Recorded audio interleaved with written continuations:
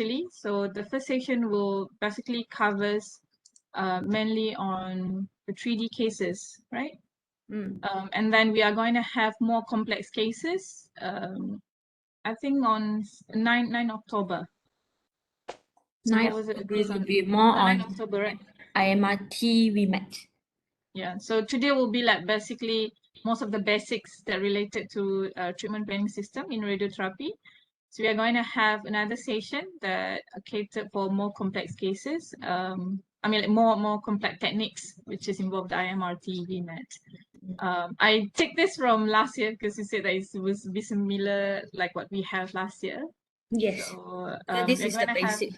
yeah. So we're going to have like a bit of the overview and then treatment planning system. So Miss Teo are going to introduce a few cases that related to this. By the way, I haven't introduced to Miss Teo, so some of you may not know her yet. She's actually also an alumni of USM, undergraduate and also MACs here. She currently working as a manager in radiotherapy department at Gleneagles Hospital, Penang, so just nearby. Thank you, Miss Teo, that always accepted our invitation, always like trying to help us over here with the exposure to the student. Already 8:38, so I think we can just start. So I hope that you can answer all the Miss Teo's question. Don't just keep quiet. If you have anything that you would like to ask, they can just stop you in the middle, Yes, right? yes. Miss Teo, if they have anything, yeah. So I hope that this will be like a two-way session, not just her, I mean, explaining. But if you have anything that you would like to ask or anything that you want her to clarify further, so please free to do so. Okay. And I will just I'll let you start then.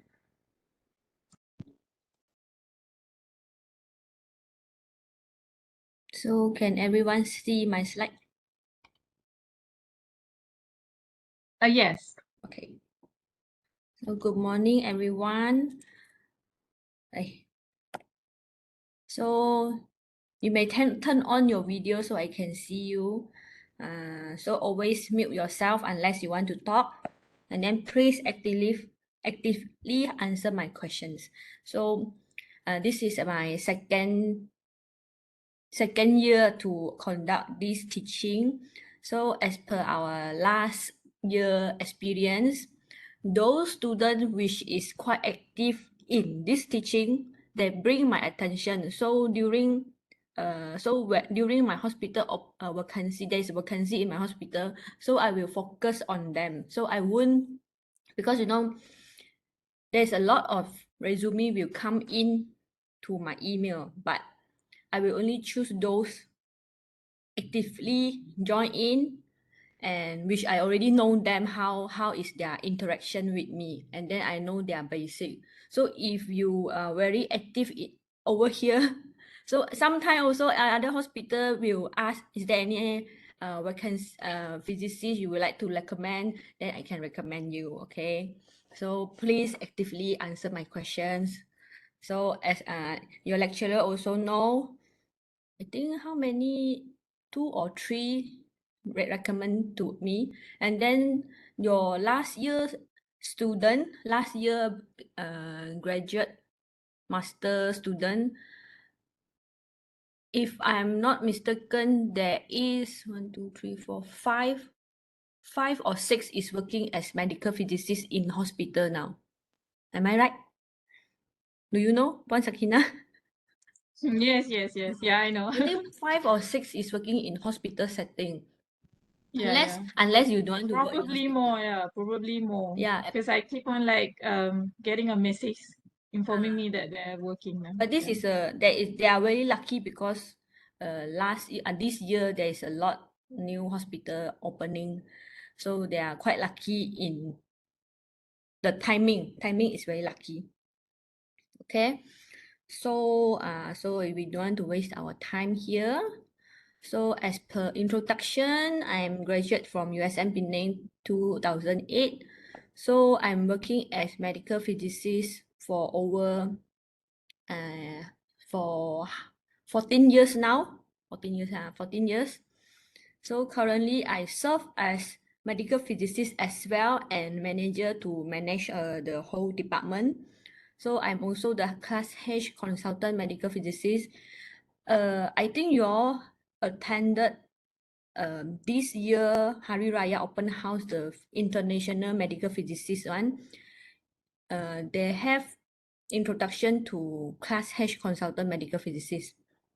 If you don't know what is this about, you may Google it, or I just briefly I will tell class H actually for those who already working in medical physicist field more than 5 years, and then you have conducted a lot of QA in your department machine calibration, so you have to apply this title through MOH. So basically, my job for this class H consultant physicist is there is an annual QA for each LINAC yearly.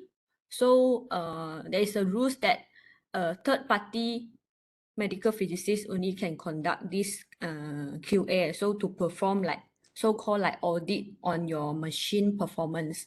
So the hospital will employ employ lah class H consultant physicist to do this kind of job. So normally there is requires 2 days per year to conduct all the testing and the beam profile.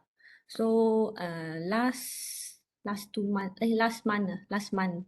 So there is two students very lucky can come to my hospital to join this section. I hope they learn because I don't really get in touch to them, so I just let the class H consultant teach them. So luckily the class H consultant from the other hospital also I think she is quite good in teaching. I'm not sure is there the two students here? I don't remember the name. Is it one or size? I don't remember. The one that I gave it to you last time. I had to check again the name. There's actually one Firdaus, but I'm not sure whether he's here.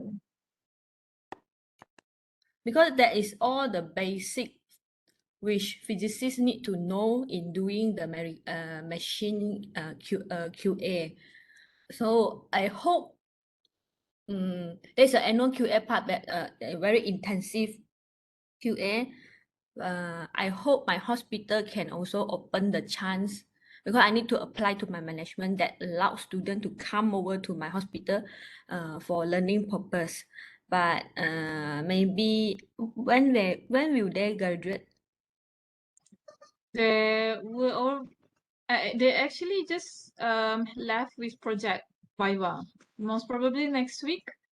So means So by October they already graduate. Yeah. oh, okay. So means Then they you have a new batch coming in on October. Yeah. 17 October will be a new semester. so maybe next year will be the new students' chance to come over lah. I will try to persuade my management to allow student to come in. Okay, then overall my job role in hospital, other than that, radiation protection officer, laser safety officer. Okay, that one during your working time you will know. So I don't want to elaborate here. Okay, so we may start our teaching. So today I will focus more on 3D treatment planning technique. The next section, which on October will be tougher in IMRT and VMAT. So today we go to the 3D first. So let's us recap for about 30 minutes. This one is you have learned in your master class. So what is PDD? Anyone can answer me? Nobody can answer, or everyone still sleeping. It's raining day. Percentage that dose. Sorry? Percentage that dose. So can you tell me more about this PDD? Lecture.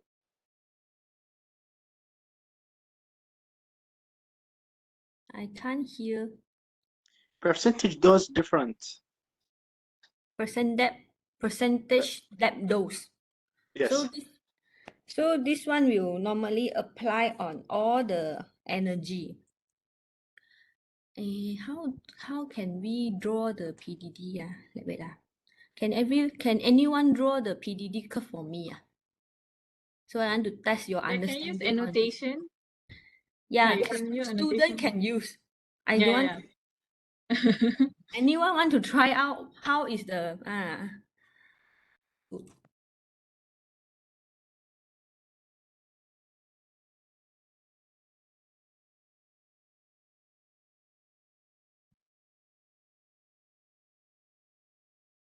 okay.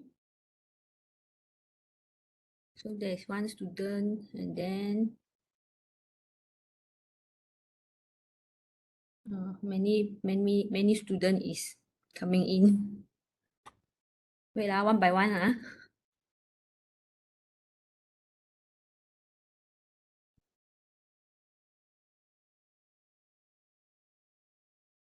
Okay, so basically the shape of the curve is a bit out. So please stop drawing. I will draw for you. Okay, how to clear.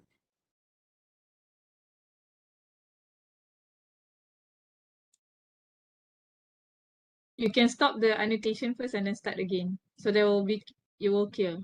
So just close Stop. it. Stop annotation. Yeah.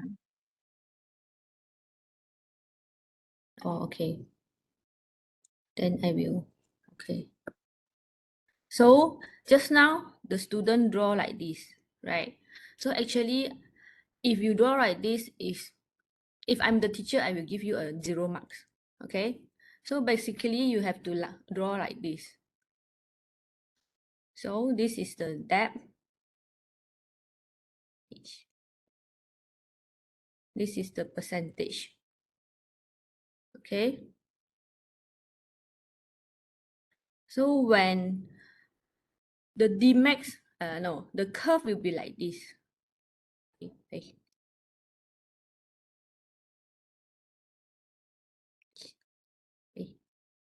Not draw.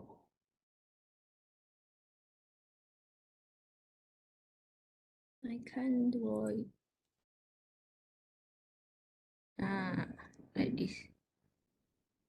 Okay, so it's always not start from 0. It's always start from a certain depth, then only the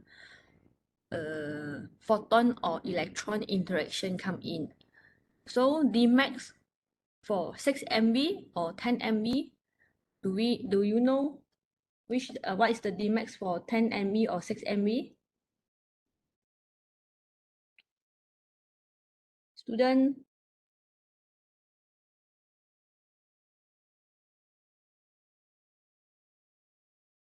Just the answer at the chat box. Can you just Can I you need just to unmute control yourself? everything. Easier. Okay, I saw the answer 1.5 cm. Yes, for 6 MV is 1.5 cm. So the curve here, yeah, okay, it's okay. 1.5 cm, so we'll get 100% dose. Okay, so before that, you get lesser, increasing to 100, and then so as the distance increase, the percentage depth dose will reduce. So this is for 6 MV. How about 10 MV? The Dmax?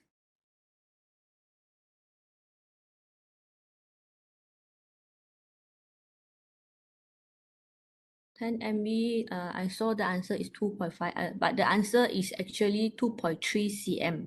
Okay, so 6 MV is 1.5 cm, and then 10 MV is 2.3 cm. Okay, so okay, next SSD and SAD. What is the difference?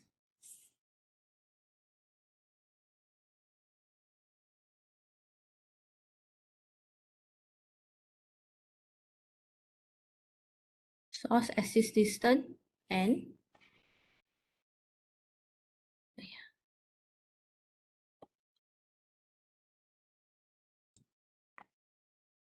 source to skin distance. Yes, correct.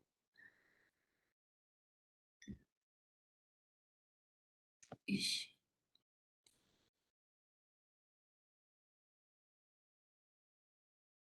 Minute, I have some. I don't really know how to use this one. Okay. Okay, this one you pay attention later during the planning technique. I will ask back these questions. So, and then next is volume definition. So in volume definition, it means there is GTV, CTV, PTV, gross tumor volume, clinical tumor volume, and planning treatment volume. So the margin of each target volume, there is a ICRU report 50. You can find more details in that report because normally, of course, this drawing contouring is by oncologists, but as a physicist, we also need to know what is that. So in case after doctors tell you I have done my GTV contouring, please expand 1 cm to become my CTV and 1 cm become my PTV. So you have to understand what is that, and then the outcome of the contouring is how do it looks like. So this one is very basic that we have to know. I think you have learned it. I don't really remember last time how I have learned this one, but this one always is the basic. You have to always keep it in your mind. Okay, you can go to search ICRU 50. ICRU 50 is for 3D treatment planning. There is another ICRU 83 or 83, I think, is for IMRT contouring. So there is basically two different definitions for different technique. Okay. Then the next will be dose specification. There's minimum dose, maximum dose, organ at risk, and dose volume histogram. So what is this means? So doctor will tell you, I want to prescribe 20 gray in 5 fraction. 25 gray is my maximum dose of the plant. Please do not exceed 25 gray. Minimum, I want to coverage 95% of volume with my PTV target with 20 gray. So means volume, volume 95%, sorry, we have to write like this. Volume 95% must get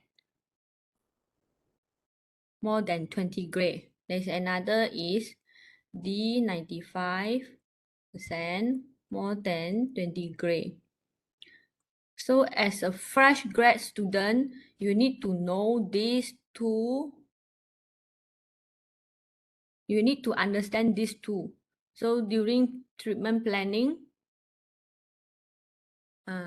you have to evaluate your plan according to those criteria. So V20 more than 95% means 95% of your volume is more than 20 gray. Okay, do I need to repeat this one?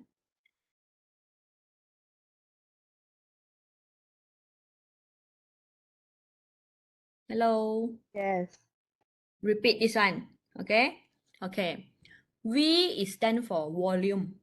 But in here, V20 20 means the dose means it's like it will be like this lah, gray dose dose lah I write here. V dose more than how many percent of the volume. Okay, so means if the target is 100 in contouring they will 100 cm cube. Okay, the volume So if I say 95% of the volume must get more than 20 gray, means 95 cm cube of the contouring will get more than 20 gray. For this one, there is a DVH display in the treatment planning system. It will straight away tell you how much dose received by the volume. This one I will show you later, but you need to understand this definition first. Okay. Maybe currently you will confuse how do you want to apply into your planning, but it's okay. Later I will show you the example. If you still don't understand, then I will teach again. Okay, and then now we will go to patient simulation. So everyone know before we do the treatment planning, the patient would need to perform a so-called CT scan. So actually in radiotherapy terms, we call CT simulation. So it simulates the position for the treatment delivery. So during the CT simulation time, the therapy radiographer will set up the patient based on the required site with a special immobilization device. For example, doctor requires patient to treat breast. Okay, so they will need a breast step to elevate patient for to reproduce the position during the treatment. The treatment will take about 15 days. Normally it's 15 days treatment. So the therapy radiographer need to make sure throughout the 15 days, the position is the same during the CT simulation setup. So this is the therapy radiographer job to make sure the reproducibility of the position is correct.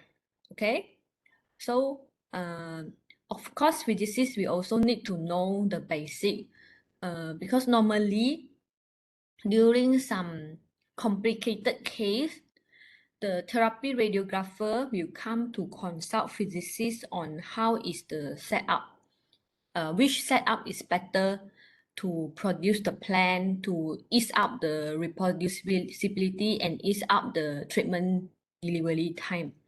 So for like if you is a fresh graded student, always join in the CT simulation process so you can learn faster and adapt that procedure into your planning section.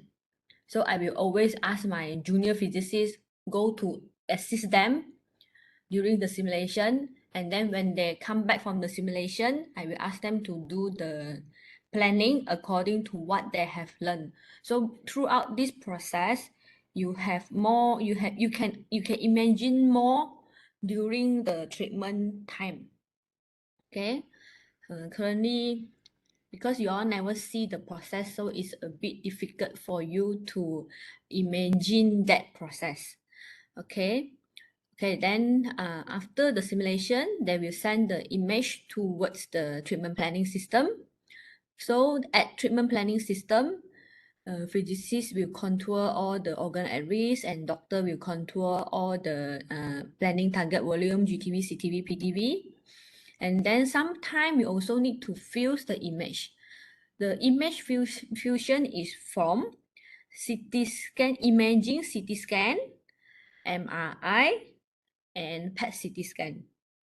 So these three kind of image is very important for doctor to identify the tumor location. So we always need to fuse the image. We always need to fuse the image according to our CT simulation setup position. Later, I try to show you example because currently we have few patients is doing this process. If have time, I will show you. Okay. Okay, and after that, doctor already done contouring, and then now is the physicist time to design your plan. So at first, the basic please keep in mind this one. When doctors told you my contouring is done, you can start to produce a plan. So the first thing first, you need to see where is the tumor location. Is there any wrong in contouring? Because sometimes doctor after contouring here, and then sometimes there is a dot over outside the PTV. So immediately as a experienced physicist, you will know this dot is actually how to say doctor mistakenly dot a dot that is actually not a tumor. So as an experienced physicist, we know that, so we will delete that dot. If you are fresh graduate without guiding, without guides, or maybe your senior is not around, you must verify with doctor what is this dot. Do not delete yourself, or you plan according to what have shown in the CT scan. Okay. And then we have to consider how to plan. What is the beam angle arrangement? And then which energy to use wedge, physical wedge or motorized wedge. And then is there bolus needed? Bolus means tissue compensations. How to say this is to compensate the tissue where the maybe to increase the surface dose. So as you know, the 6 MV Dmax is 1.5 cm.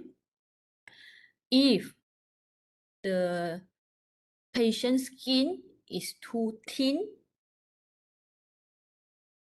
then the dose may not generate enough for the patient tumor. So we need this kind of tissue compensation to build up the dose.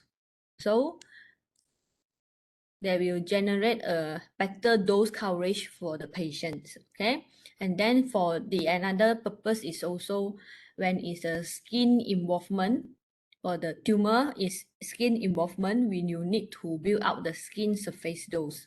As what I said just now, the PDD at the 0 cm depth is very less dose only, maybe 40%.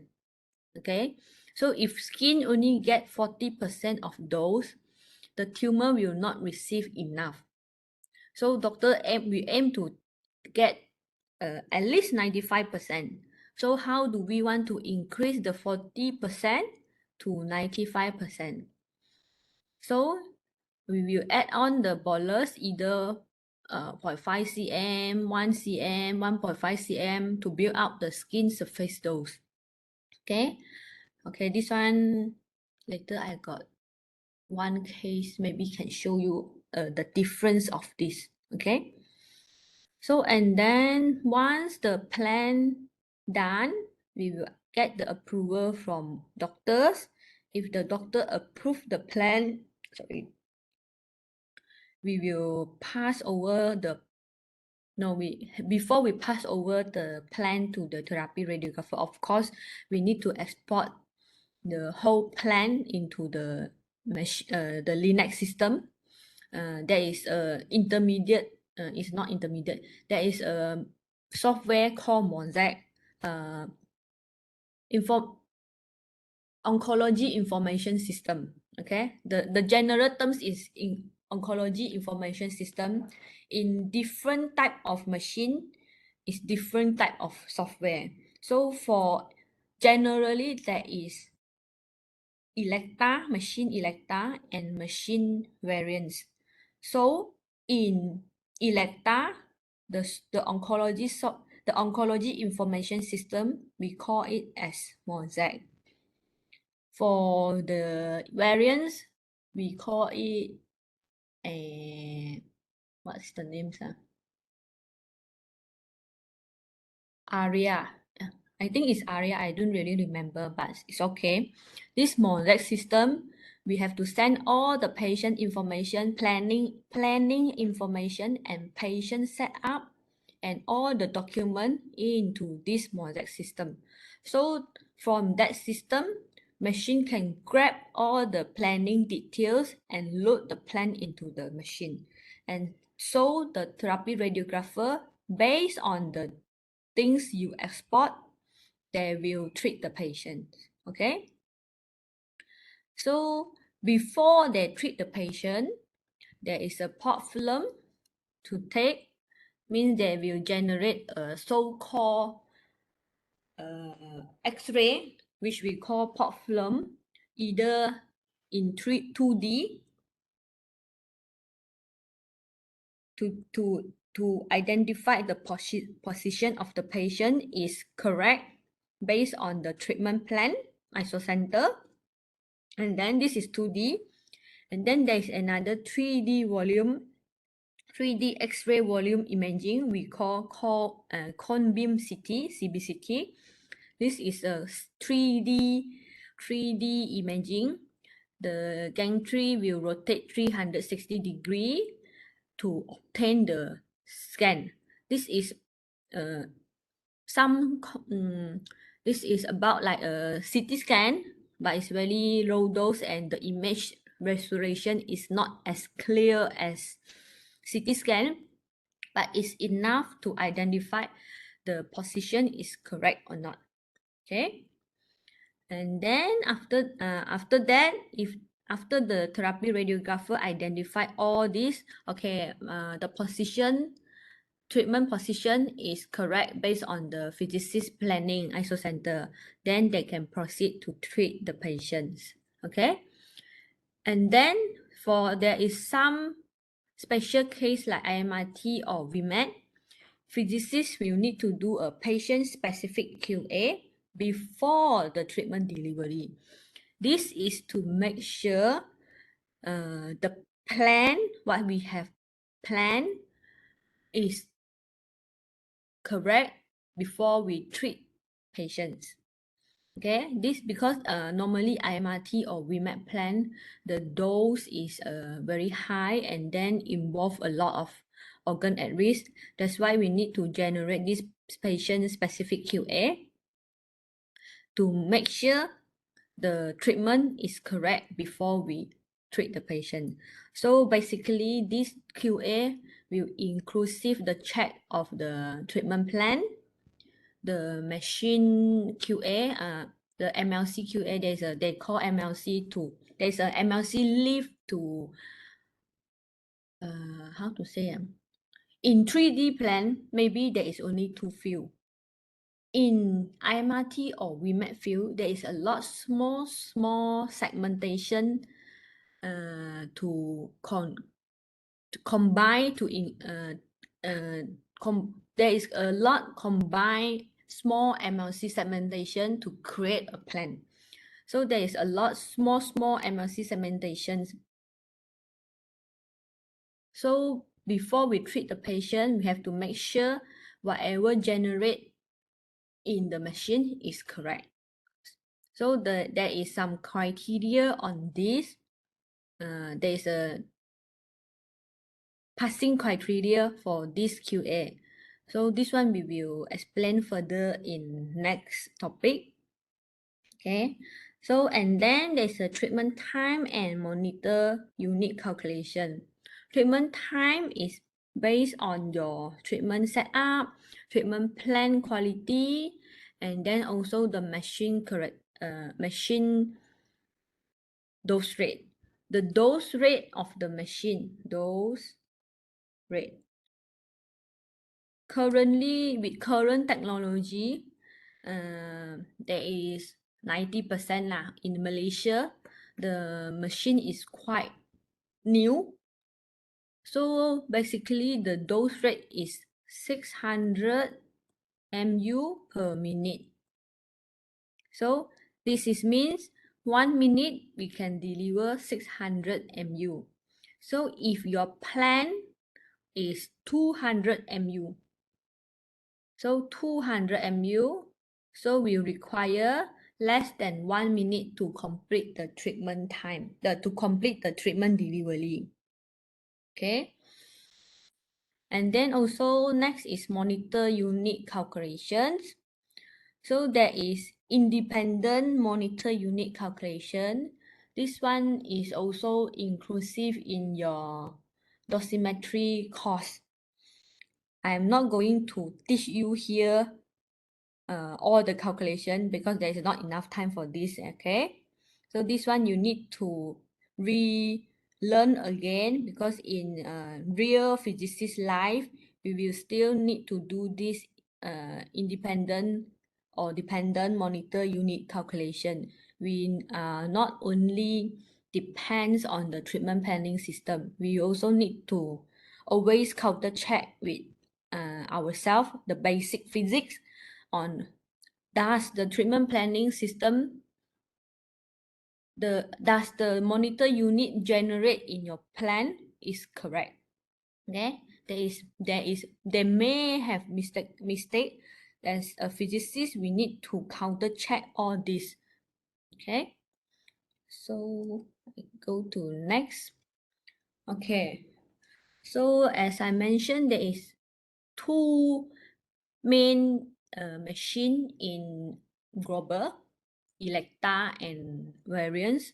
So under Electa, their treatment planning system is called Monaco or Exio, but now Exio is no longer used in the world. So now mainly is Monaco. And then for Variance system, they're called Eclipse. So they are also independent treatment planning system. We call research or on Centra.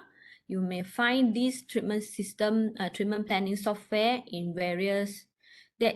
This all system is in Malaysia, but it depends on that hospital want to buy which one. So normally we will tie it with machine when we purchase the machine. So normally like in my hospital, we buy Electa machine, we will package buying the Monaco treatment planning system.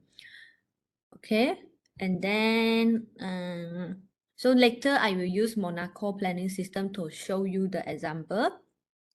Okay, this is the example of the feature, the layout of the treatment planning system. Okay, before that, do you have any questions before we proceed to the planning techniques? Is there any questions?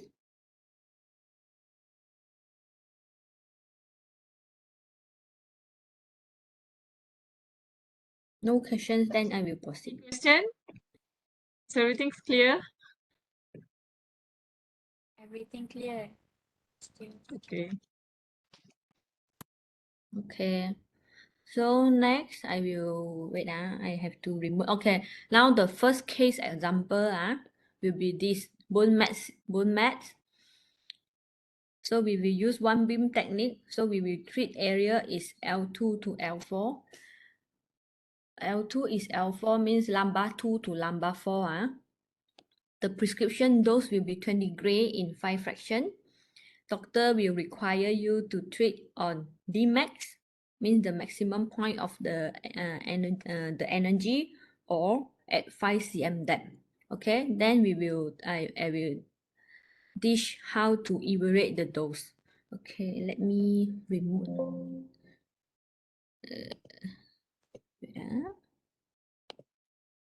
Okay, so this is the I remote into my hospital system.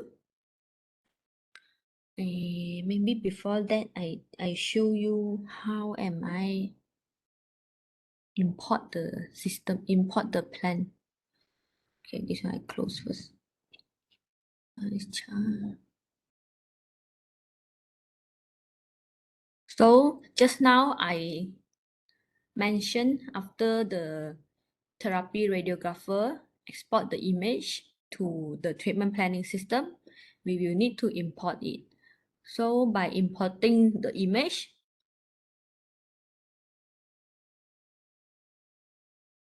in your system, you click, of course, you click import new data. This one is applied to all the treatment planning system. When you need to make sure which patient you want to import. This is the example I show. Okay, there's a new case at my hospital yesterday. So, okay, this one is, okay, after you identify the correct patient, this is the patient you want to import. So we will import this one.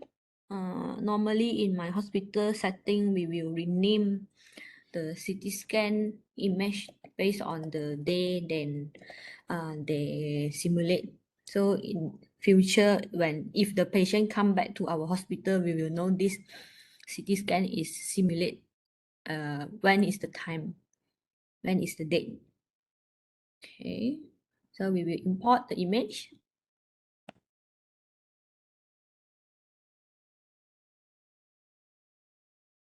Give it some time to import.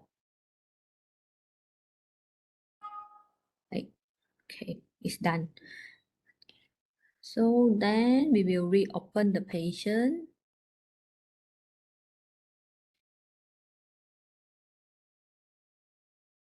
So this is the patient just now I import. Open it.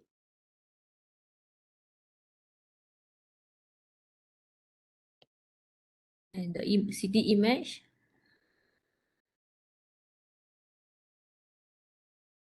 Okay.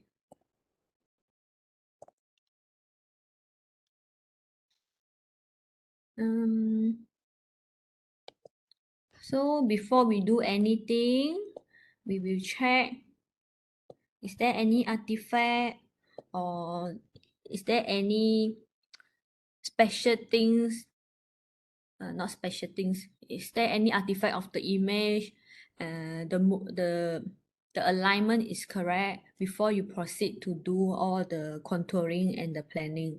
So normally in my hospital, our setup is already established, so there is a mutual agreement between therapy radiographer and physicist. So the therapy radiographer will, I cannot scroll. 1 minute. The therapy radiographer, this is an example of a breast cases. The therapy radiographer will place their setup marking in slice 0. Let's check is they doing the correct things. See, when I go to slice 0, there is a 3 dot here. 3 dot here, 1, 2, 3. This is the therapy radiographer notes when they want to position the patients. So based on this marking, they will shift the patient to our planned ISO center. Okay, now I will mark this as my CT reference. We call it at CT ISO over here. This is very important when you want to export the plan to the radiographer. Super important. If you miss out this step or if there is any incorrect setting, you will waste not only patient time, you will waste therapy radiographer time. You may also treat the wrong plan to the patients. Okay, so you must make sure this is correct before you export the plan to the system. Okay, so once we have done this, we will need to contour the patient's body. With this treatment planning system, we always need to create a patient body as our external contour. Then only the system can calculate where the SSD and or the SAD and put the plan for you to calculate the plan for you. So I will not using this plan. So for next, I show you the okay. I show you the okay. This is the example case I wanted to show you for the bone mass. So from just now, after I identified the origin marker for patient, so I will contour patient body in this orange brown or orange color. Okay. After I contour this patient, I will create a new plan. Okay. For just now, I said doctor want to treat L2 to L4. So I'm not sure you all know how to read CT image or not. Do you know where is L2, L4 in this image?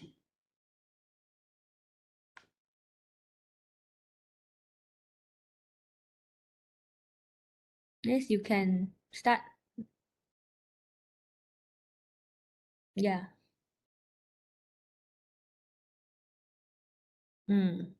Correct. Very good. So unfortunately this this image I just grabbed an example from my system. So this image I cannot plan L2, L4 because there is not enough slice here. So we will change to L3, L4, L3 and L5. Okay. How do I clear this? Okay.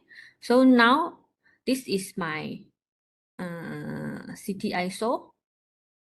When you create a new beam, okay, it will auto-generate to, no, it's not auto-generate. You will need to select which ISO center you want to, where is the ISO center you want to place. In my hospital setting, we will always put in the CT ISO first, okay? So I will put CT ISO. This is my CT ISO, my origin ISO center. Okay, this red color marks here is my ISO center. So now I want to create a plan to L3 and L5. Okay, so we will put the description L3 to L5. So normally in bone mats, for this kind of case, we will treat using posterior beam, posterior patients. Okay.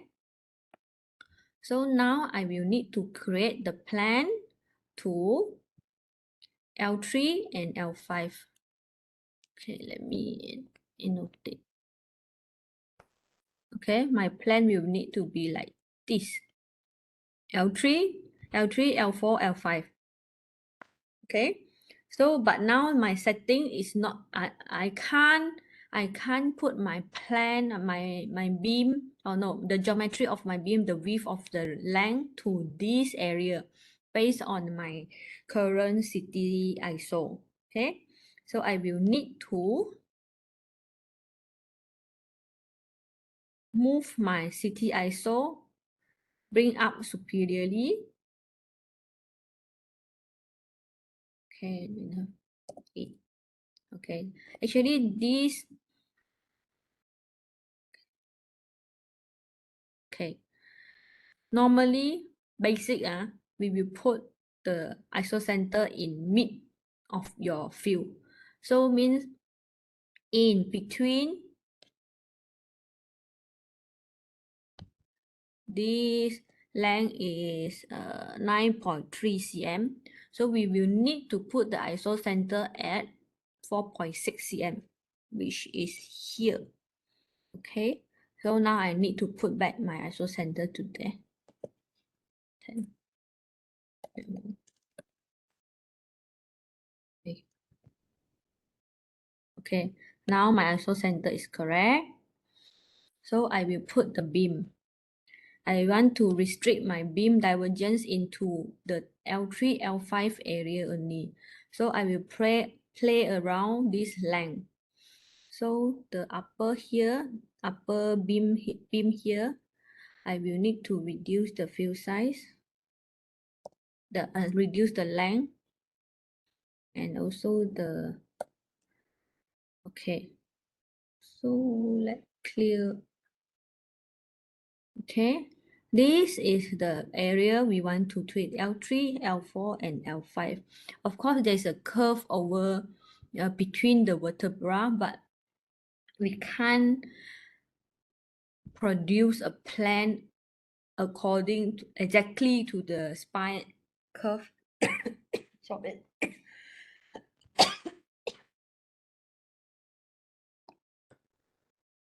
And so, okay, as long as you cover the all three vertebrae here, L3 to L5, then it's also the width of the area you want to cover. So now the patient want to treat the bones only.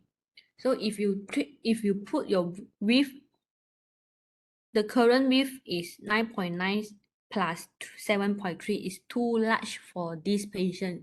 So normally in bone mass, we will the basic width will be 8 cm.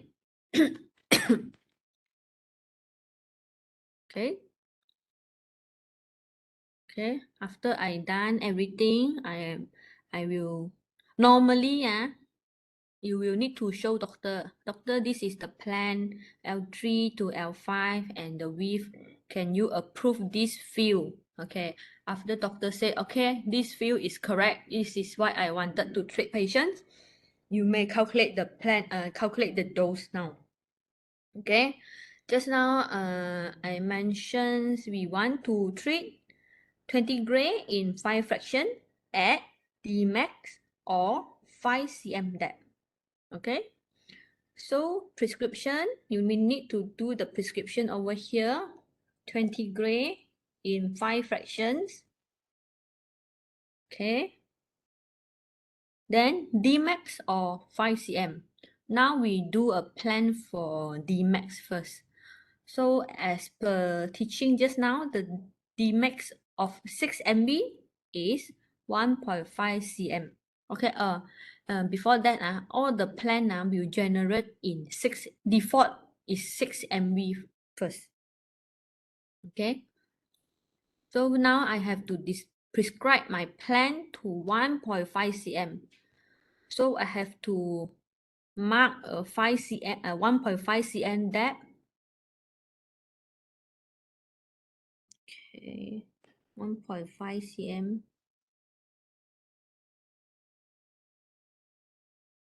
Okay, 1.5 cm. I have to mark a point here.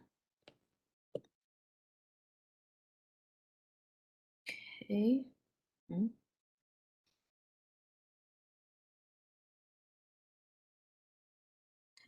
Okay, this is my 1.5 cm depth. And then for convenience, so I straight away generate another 5 cm.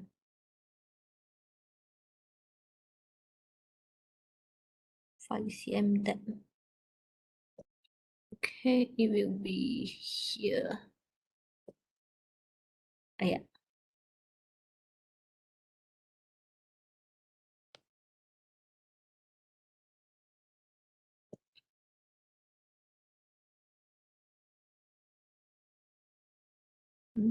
Oh. To generate the, okay, this is my 5 cm. Okay, we have generate 1.5 cm and 5 cm depth. So now I will need to tell to computer, I want to prescribe to 1.5 cm depth with 20 gray in 5 cm. Okay. After I done this, I tell the computer calculate my plan.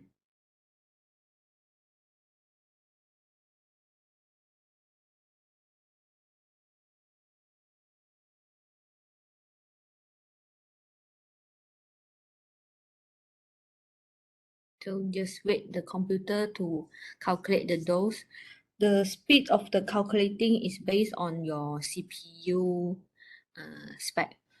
Like your computer, if your spec is very old, then your computer may take a very long time to open up Microsoft Word. So the dose, see, final dose calculation complete. So now we need to see the dose. 20 gray. Okay, 20 gray.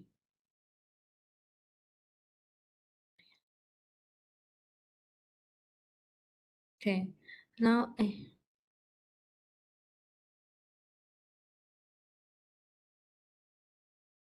okay, now the orange color is 100%, yellow color is 95%. Normally the bone mass is here. So they at least 80% you need to coverage over there or more than 80% is up to the oncologist, the doctor decision. So for this plan, the coverage is 80% at the mid of vertebra. So now I'm going to show you 5 cm depth. Let me save this one first. Later I can show you the difference. Okay. Or I screen cap.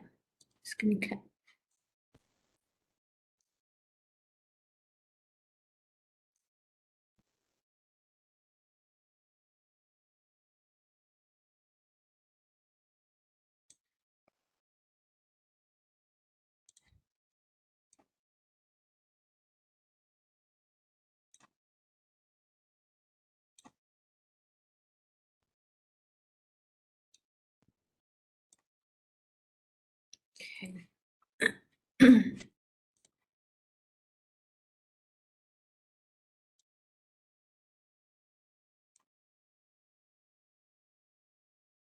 Okay, now I go to 5 cm depth. 5 cm depth. So immediately you will see the difference of the dose coverage compared to just now. Put side by side.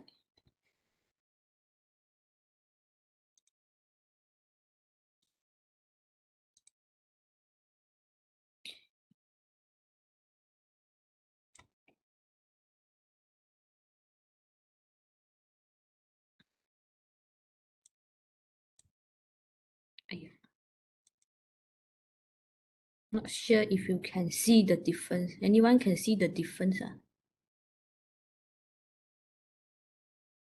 Do you see the difference of the 1.5 cm and 5 cm depth?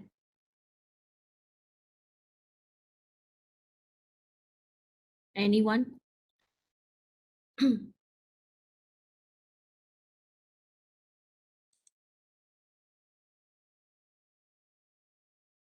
Can you understand what am I teaching?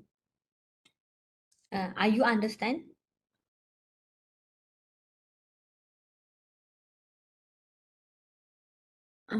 Sorry, I don't see yours.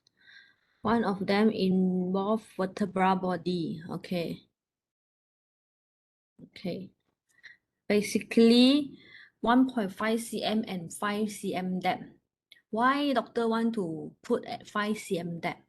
That's because when we put at 5 cm depth, the vertebral body will cover higher dose compared to just now this 1.5 cm depth. You see 1.5 cm depth means the 100% dose, which this orange color, no, at 1.5 cm depth will receive 100% dose, okay, which is this one orange color, where at 5 cm depth plan, enlarge.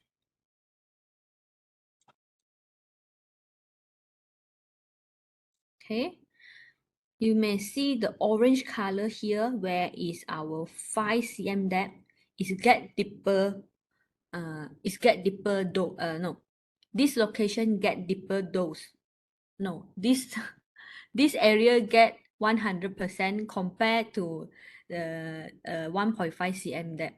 Okay, now the vertebral body, you see the green color here is covered, the 80% is covered only at mid vertebra, while the 5 cm depth prescription cover the whole vertebra, the body, vertebral body. So this plan, the 5 cm plan, patient will get higher dose at their vertebral body. But if you can see, there is a red color line here, which this one is 107%. When you prescribe deeper depth, means you will get the maximum dose of the plan will be higher. Okay, you may see here for 5 cm depth, the maximum dose of this plan is 22.39 gray. Okay, which calculator,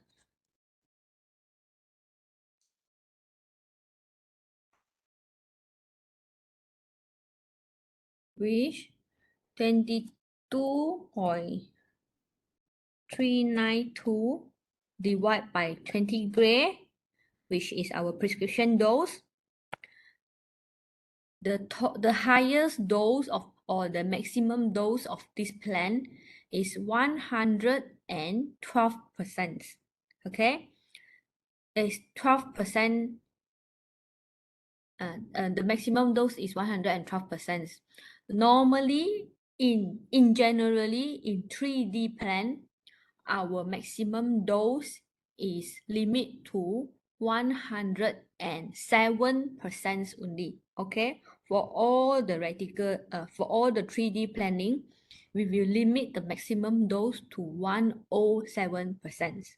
So you will try in all the plan, you will try to reduce the maximum dose to 107%. Okay, but in this bone mass plan, we will need to accept this 120% because we want to prescribe a deeper dose, and so the vertebral body receive a better dose coverage to reduce the patient pain. If the dose is not enough, the patient may not get immediate pain relief from radiotherapy treatments. Okay, of course you can still prescribe to 1.5 cm depth, but the pain relief is slower compared to a higher dose plan. Okay, for this kind of palliative plan, we will accept up to 130% based on the doctor agreement. Okay, if doctor said okay, it's okay, we can accept 1 to 130%. Of course, there is a report in ICIU where the prescribing those things, you may need to read out that one. There's a general, or this is what the radiobiologist find out. Okay, our normal tissue can accept up to 30% in this kind of case where there is no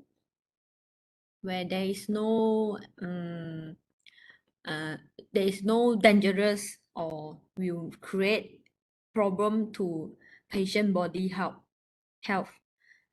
Means there is no dangerous to the normal tissue. Okay, because our aim for this bone mass patient treatment is to reduce the pain and stop the cancer cell from eating the bone.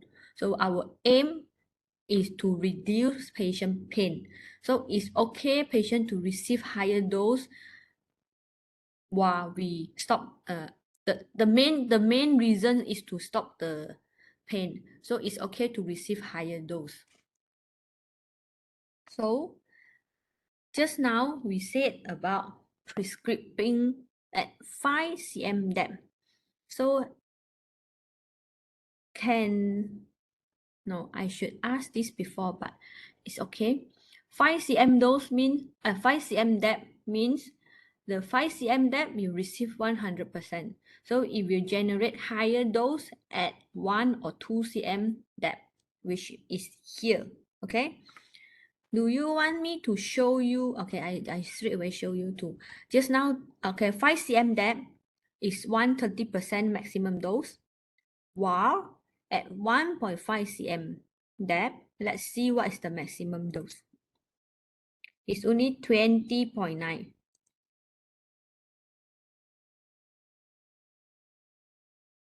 Okay, 20.9 is only 105%. Okay, but the coverage will be lesser and it may not achieve the purpose to reduce the pain. Of course, there is still some doctor prefer to prescribe at lower at 1.5 cm based on patient condition and the field size. If the field size of this plant is very large, maybe like 20 by 20, so it may affect, if we treat a higher dose to these bone marrow things, the spinal cord things, it may affect our bone bone function, which you know the bone marrow, they will create the white blood cell, the red blood cells. So if we treat higher dose to large area, it will affect the white cell generation. Okay, so it may induce others disease towards patient. Patient white blood cell may be lower or the platelet will be lower, which may cause other side effect. So normally, if the large field size, we won't prescribe to a deeper prescription depth. So for this patient, we aim to treat only L3 to L5. So the field size is only 8 cm width with 10 cm length. So it's okay, we prescribe this to 5 cm depth. Of course, this is based on the oncologist judgment. If we, as a physicist, we will just receive, no, we plan according to what doctor prescription. And then of course, if you found it is not, if you doubt something, you may reconfirm with your oncologist. Okay, don't just blindly follow whatever your doctor said. You need to have your own justifications. Okay, so for this plan, there is no contouring in this patient, so I cannot show you the just now what we say the DVH. For the another case there is. Okay, please, how many beams should be, sorry, how many beams should be 20 gray be delivered? Oh, okay. For this kind of bone mass patients, we aim to treat the vertebral body. Okay, you can plan as many as you want, but you need to consider there is you can plan as many as the beam you want, but there is a lot of considerations. The first is patient side effect. Okay, then treatment delivery time. Okay, mainly is these two consideration, is these two factor. So if let's say this posterior beam, your doctor said it's not enough the dose, I want deeper dose, you can, means I want, okay, let's say a doctor said I want 95% to cover the vertebral body. So now tell me, how do I want to achieve 95% at the vertebral body? Does you have any idea? I want my vertebral body, means this line here to cover 95% of those. Means my yellow line here, I want it to be here. How can we achieve that? Any idea?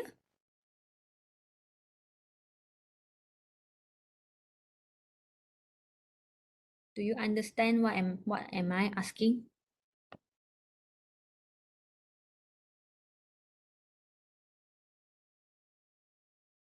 Not understand? Don't understand? Maybe, sorry, I can.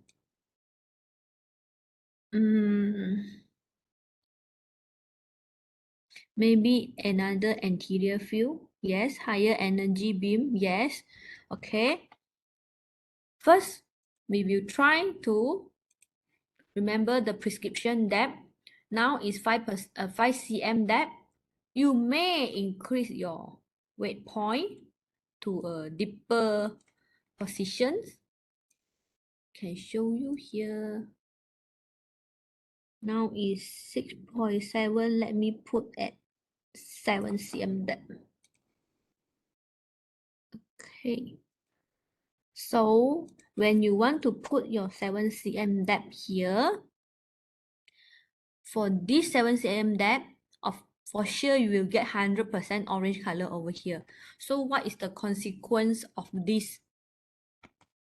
Before I calculate the beam, does anyone know what is the consequences of this plan?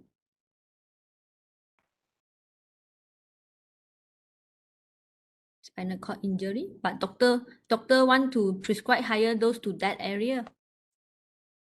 Any others?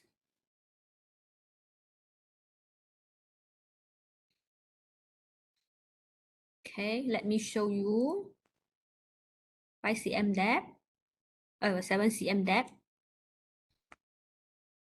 So you can immediately see my vertebral body is received 95% here, but the maximum dose of this plant, it will shoot up to 24.9 gray. 24.9 gray over 20 is 24.5 cm depth. Okay? Sorry, 24.5 cm, 24.5% maximum dose. Okay? So some doctor may accept this one because the patient is super in pain conditions. They want to achieve, okay, one day only, one dose only, maybe they only want to treat one fraction. So they may prescribe at this depth. Okay, of course there is also I can't say spinal cord injury because spinal cord, there is a maximum tolerance for our spinal cord, which is 45 gray. I haven't teach you the equivalent dose, okay? Before I explain the spinal, the maximum tolerance dose, maximum tolerance to spinal cord is 45 gray. Remember this one? Maximum spinal cord dose, 45 gray. Okay? For this plan, before I move on to this teaching session, okay, just now you suggest and maybe add another anterior field. Yes, you are right. Add another anterior field. So I will oppose the beam. Oppose at another anterior beam. So I will make it the percentage from each beam is 50-50%. Means 50% contribute from posterior beam and 50% from anterior beam. Okay. But actually, for this example, I aim to teach one beam technique lah. But it's okay. I can touch a little bit for two beam technique. Okay. Now the plan is two beam. So you may see there is a higher dose at anterior part and posterior. The coverage is very nice. 95% cover all over the place.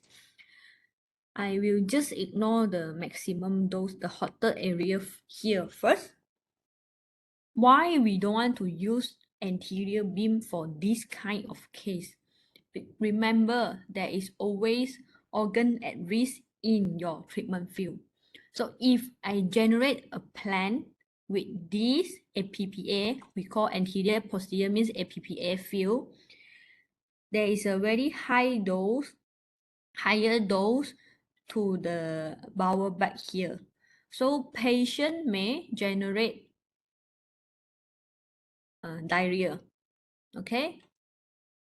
So you can play around with your weighting. 70%. See, if I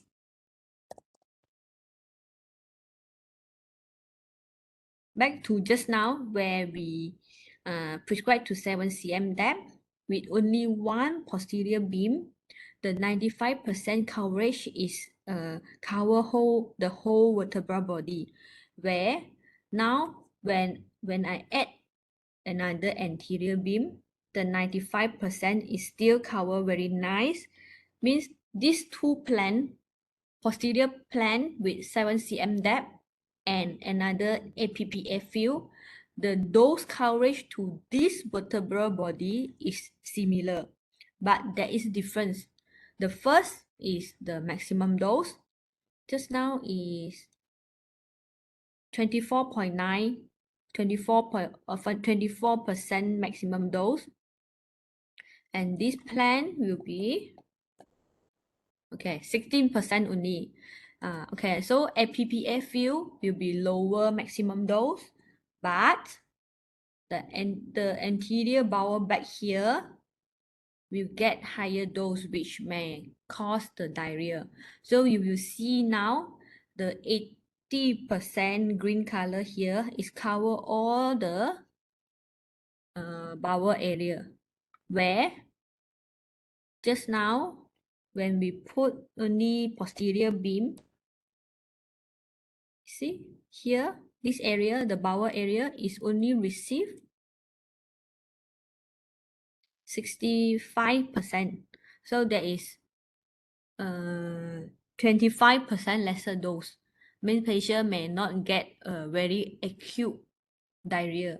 So this is why in this kind of pain, we will prioritize, you have to consider the dose coverage and also the organ at risk. Okay, so normally in this kind of bone case, we will only use a posterior beam to cover the vertebral body. Sometimes it depends where is the tumor locations also. Doctor will tell you which one does they want. Okay, so now for this one beam technique, and we touch a little bit two beam technique. Is there any questions before we moving on? Is anyone clear? Because this is the only one beam technique. Before we go to two beam technique or three beam technique, you have to master this one beam technique first, basic. Is there any questions?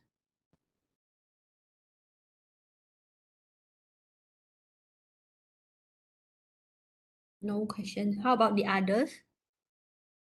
I seems Basam, is it? How I'm not sure how to pronounce your name. You seems quite understand what am I teaching, but I am not sure the others. Are you a PhD student? The one that they come over to my hospital? I'm not sure.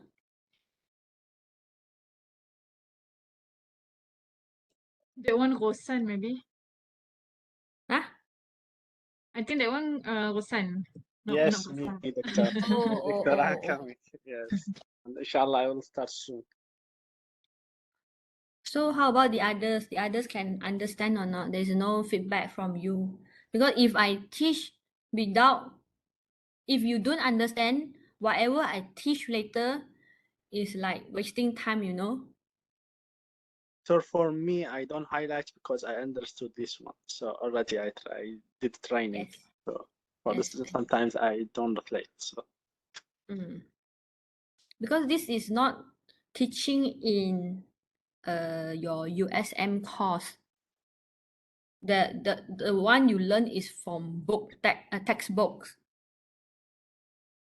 So if you are unclear, you can ask your questions here now. Don't be shy, okay? Understand with few things miss. Okay, what kind of things you miss?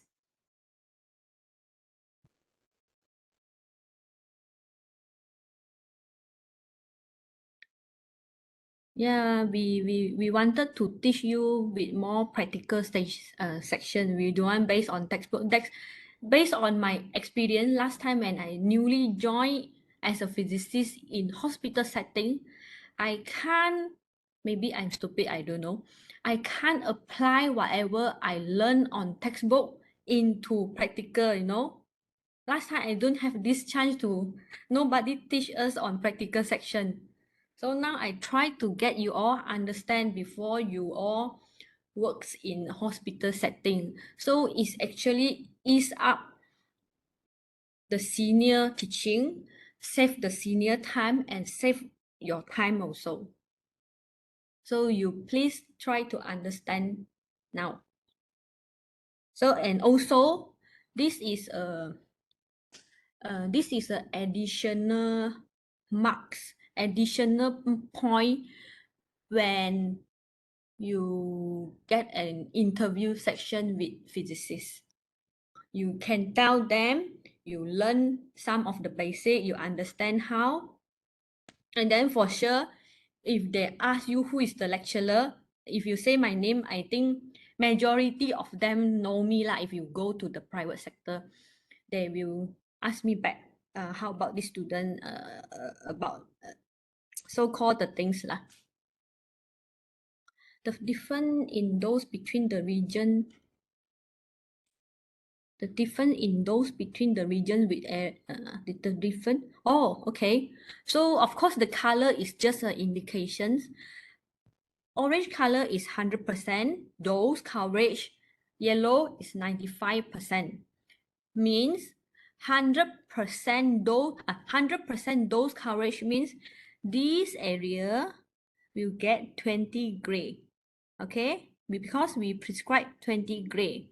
So if the yellow color is 95% coverage, 95% of coverage, 95% of 20 gray is, okay, is 19 gray. Is it? So this patient will receive 19 gray at this yellow line. Understand? It's in, okay, good. Shall we go to a break first, or our break is time is 10:30? Yeah? Or else I will proceed first. I think supposed to be at 10. 10:30 is we continue. They want to break. Yeah. I So we think can break now. probably too much to digest as well. Okay, we will have a 30-minute break. We'll be back at 10:30. Okay. Thank you. See you later. Yeah. If you have any question that you would like to ask, you can also put in the chat box. So we will address the question after we come back at 10:30. Yes, correct. Okay, see you later then.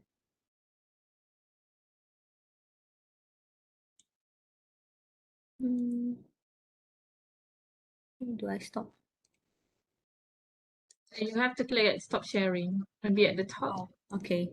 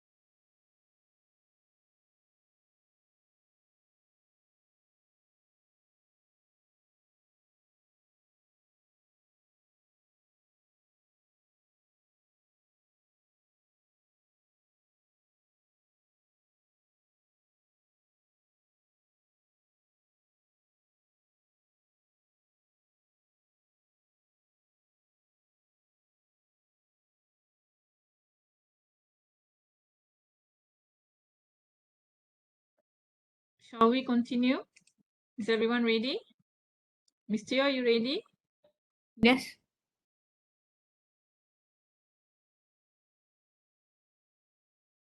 Okay, I think we'll just continue then. So just now there's a questions for 6 MV and 10 MV. The choice of using these two energy. So as you know, the 6 MV, the Dmax will be 1.5 cm and 10 MV will be 2.3 cm. Means 10 MV, the penetration to the tissue, the PDD depth, you should say the PDD depth at 2.3 cm, then the tumor will only receive 100% dose.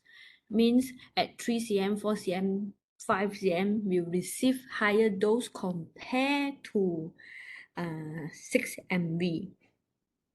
Okay, let me share my screen first.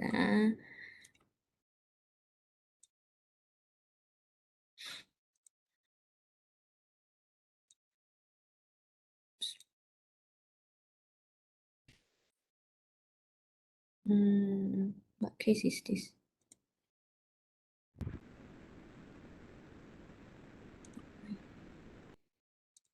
Okay, so for 6 MB, the PDD curve will be like this. Yeah, 1.5. For 10 MB, it will be like this.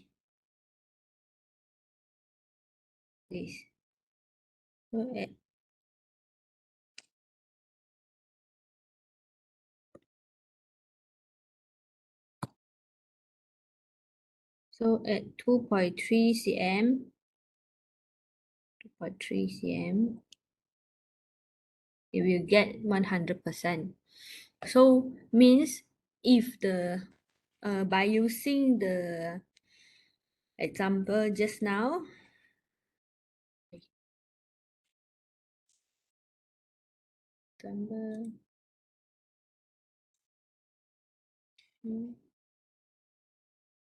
if this patient I prescribe at 10 MB,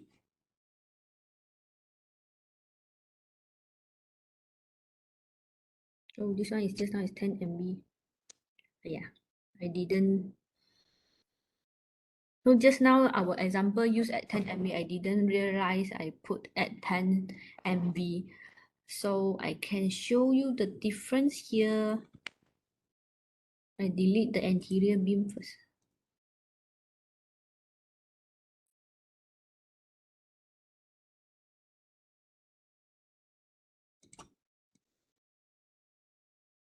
Let's say I put at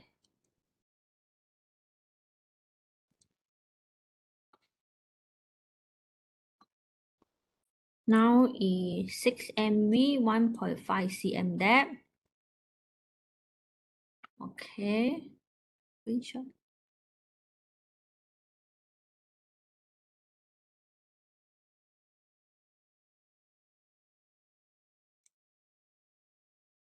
Okay.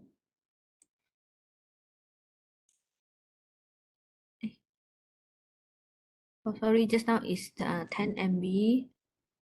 And then when I change to 6 MB,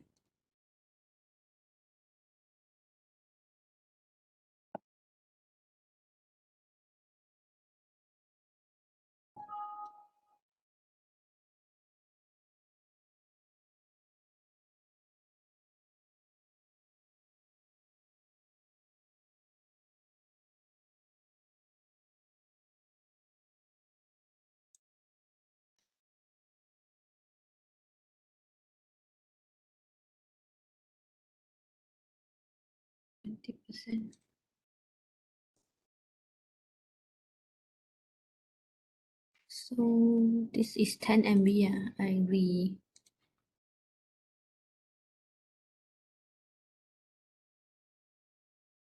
This is 10 MB, and then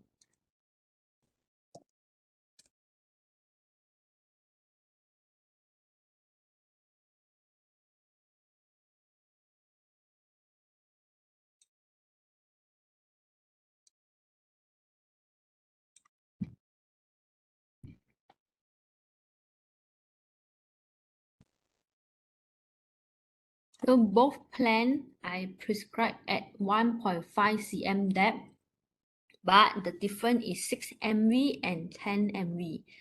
So as what I shared just now, at deeper distance, the 10 m if you using 10 MV at deeper distance it will receive higher dose compared to 6 MV. So this plan, the difference of this plan, the left side is 10 MV, the right side is 6 MV. So as you can see, at the vertebral body, actually, I know I just said the 70% isodose life. You can see at the 10 MV plan, patient will receive higher dose at this area compared to the 6 MV. So when do we want to choose 6 MV or 10 MV? First is patient separation is large than 20 cm. We will need to use 10 MV selection to reduce the maximum dose. Because if the separation is very large, if you use 6 MV, the hotspot will be the maximum dose will be very high. As you can see here, go back this one. As you can see here, with 6 MV energy, my maximum dose is 20.4 gray. Okay, while with 10 MV, my maximum dose is 20.9 gray. Okay, so by using 10, wait, what is the just now the 20.9 and by using, okay. This example is very difficult to show you the separate the dose because we prescribe one beam technique and 1.5 cm depth. Supposingly, if you want to use 10 MV with one beam technique, we will need to prescribe at 2.3 cm depth for the 10 MV Dmax. Okay. But of course, the prescription that you can choose wherever you want. For this, okay, this separation, you can't see the real difference. Okay, this patient, let's say this patient is 18.72. I use this patient example for the 6 MV and 10 MV.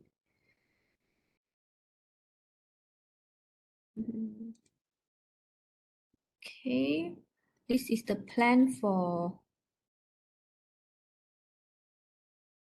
6 MV.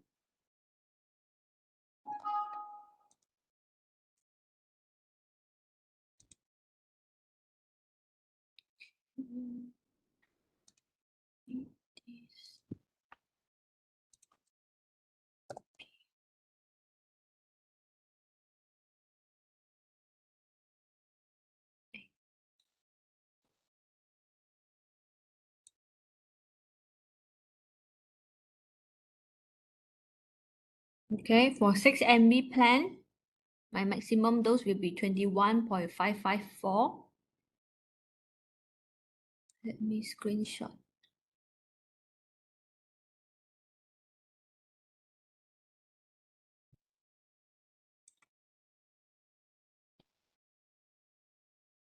Wow, for 10 MB,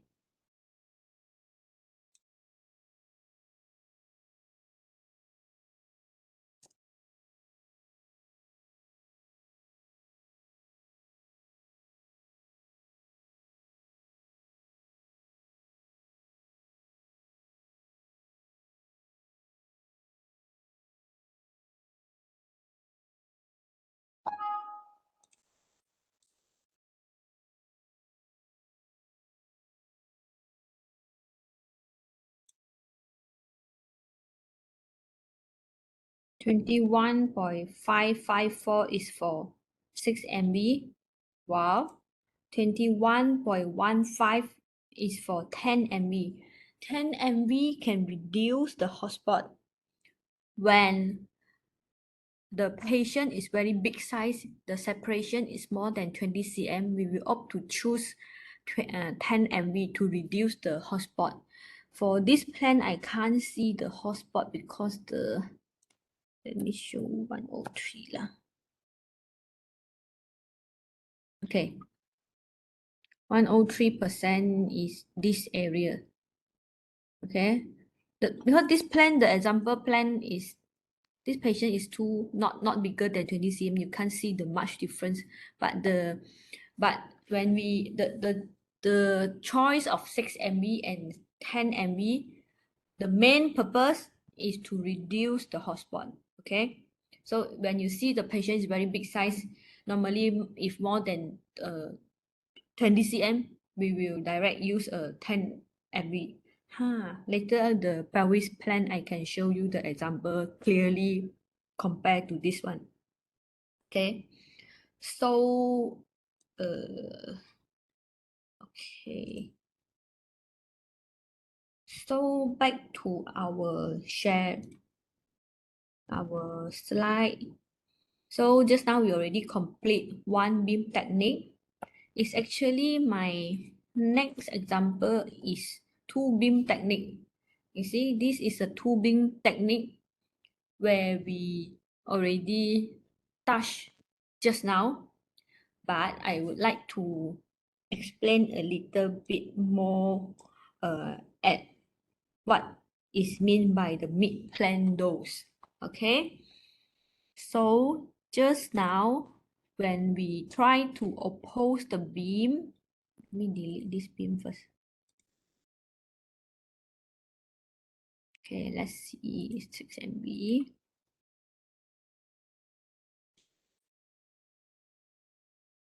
This is anterior. This is posterior beam.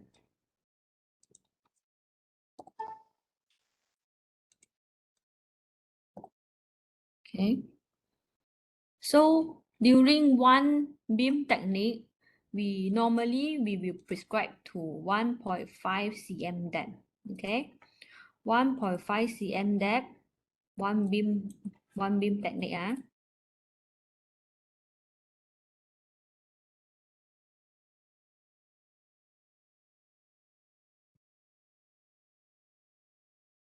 So the dose will contribute from posterior beam only. Okay, from posterior beam only, where the anterior area will receive very less dose.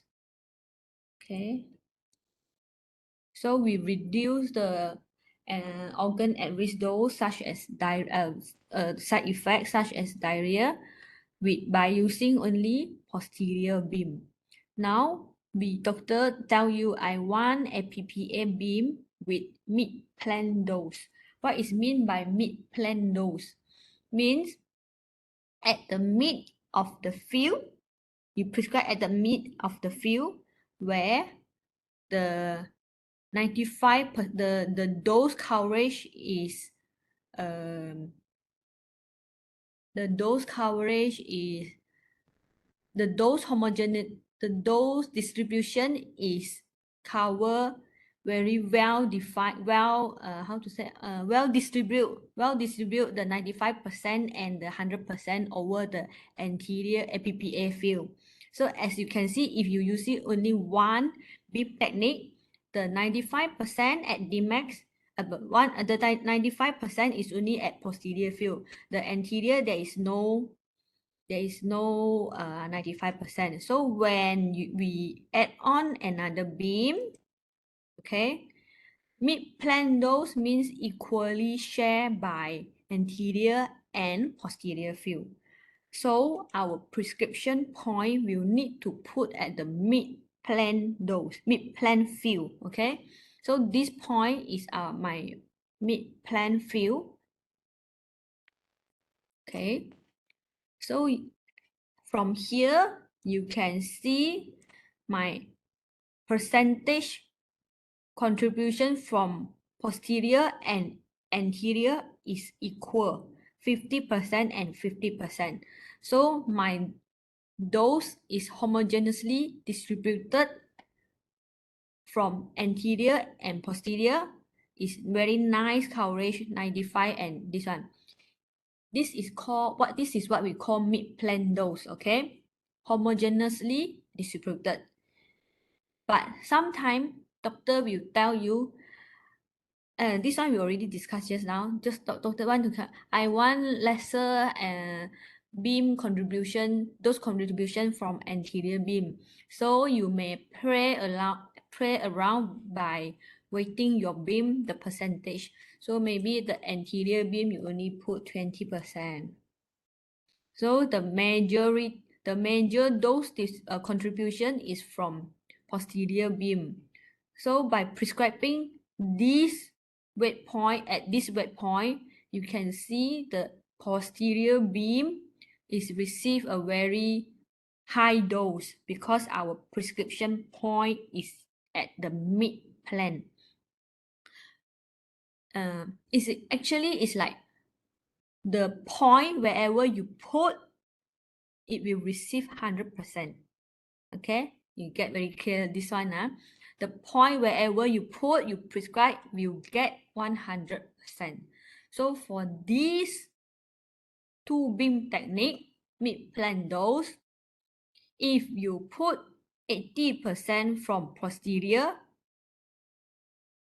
so 80% from 20 gray, 80% from 20 gray, will get, so means the posterior will contribute 16 gray towards this kind of beam arrangement, which is too much from posterior. So if your weight point is at midfield, your weight is always 50-50%. Okay, do you clear from this one?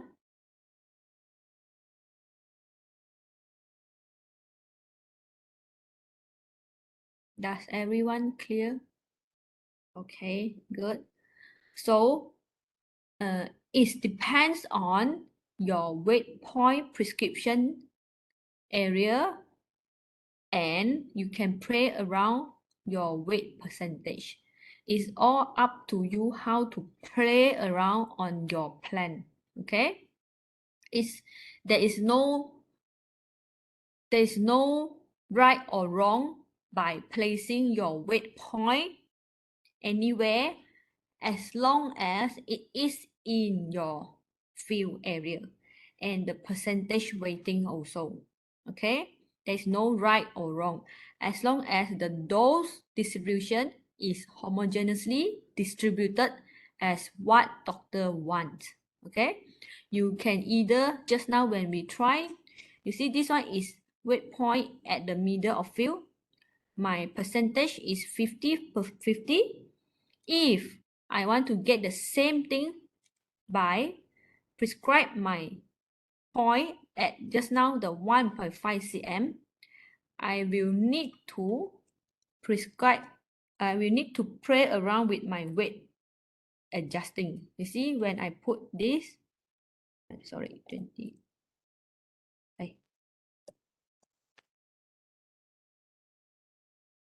This is not.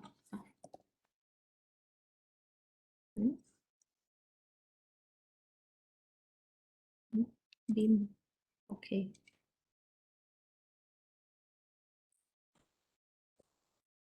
Okay, see, just now when I put my weight point at 1.5 cm, by using the percentage weighting 70 to 30%, I can also get a very homogeneous dose, which 95% cover from for anterior and posterior area. Okay, this plan is almost equally same to the just now mid-plane dose, where my prescription point is placed at the midfield. Okay, so it is the same.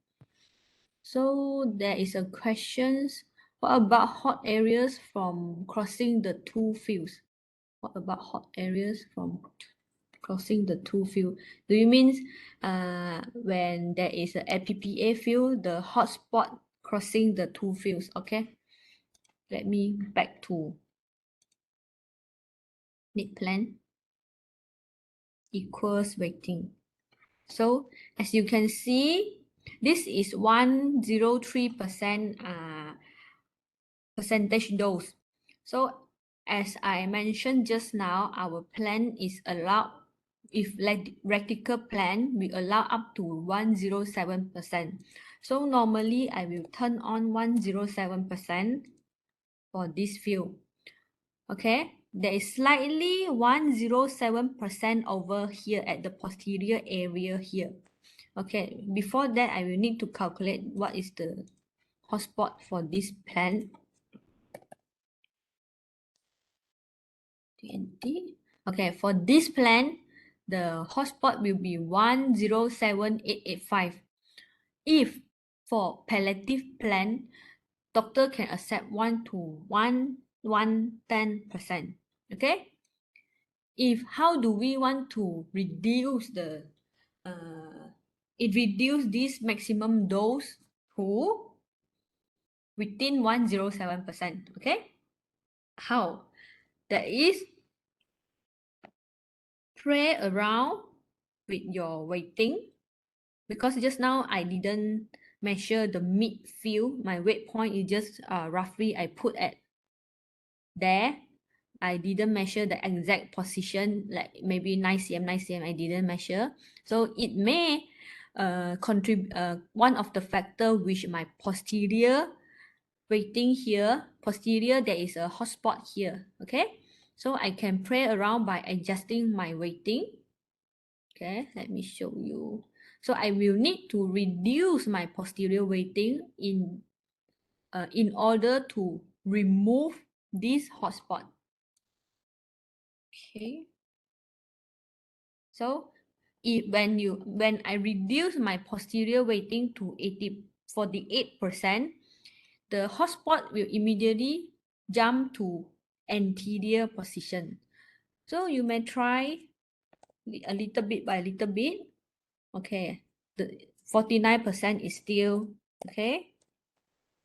So okay, now by using 49.5 and 5% to 50.5%, the hotspot is a little bit reduced for from posterior region.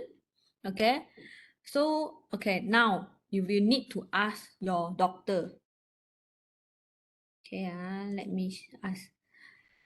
Just now is 21.577 hotspot, 108% maybe. Okay, now after I adjust 21.498 divided by 20. So it reduced a little bit only. So now you will need to think, does the doctor can accept 1075%, or he will still ask you to reduce? I don't want to see 1075. I want less than 107. Okay. So now, if the doctor said, okay lah, never mind lah, a little bit only, I can accept the plan, then okay, then approve the plan. So if he said, I want less than 107, so now how can we do this? Do you have any ideas on how can I reduce this 107%?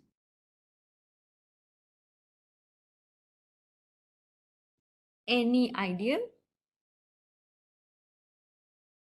Is related to what have I teach just now? Any answer?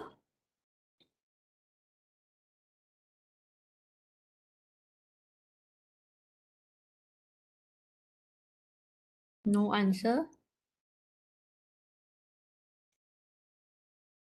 Okay. The answer is you can immediately change to 10 MB. Okay? Immediately you change to 10 MB. Remember, this one is 21.5 gray. Immediately you change to 10 MB.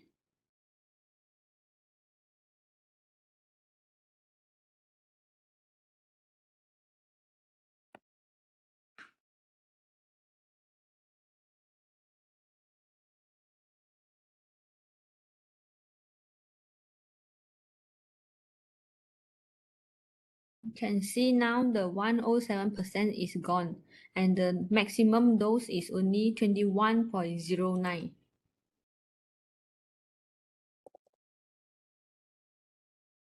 So now the hotspot is reduced from 1075 to 1055.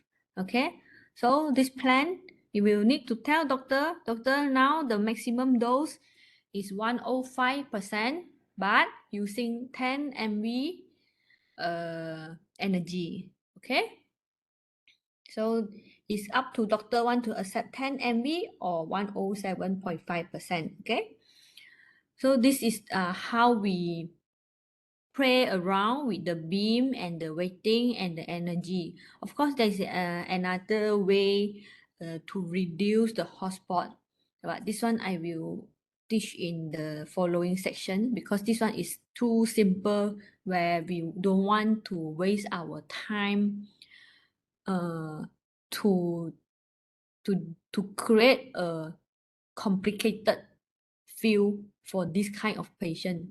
The more complicated field, the higher delivery time for patient. So patient have to lie on the couch for a longer time where they already are in pain. You still want them to lie on the same position without moving for a longer time, which is very cruel to them. Okay, so for this kind of patient, we will try to limit the beam angle.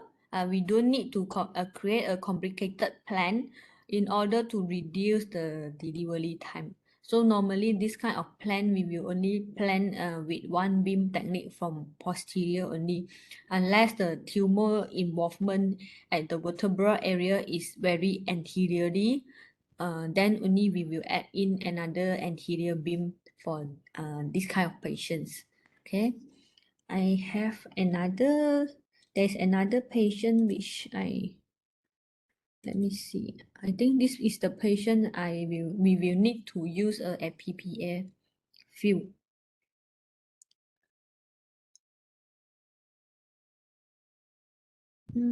Oh, this is not I don't remember that patient's name. Let me see. I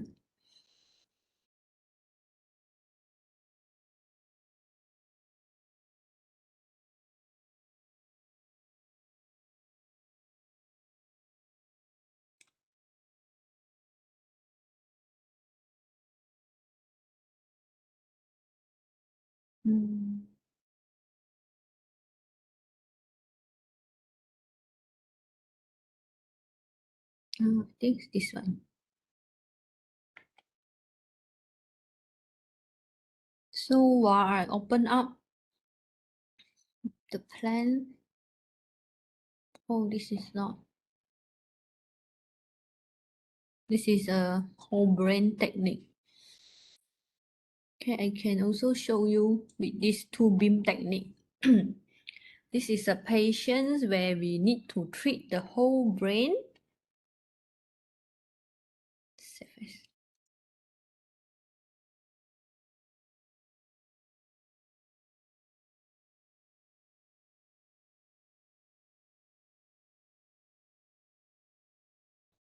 Okay. So this is the plan from lateral angle, from 90-degree angle and 270-degree angle to treat the whole brain area. Okay, for this field, these patients,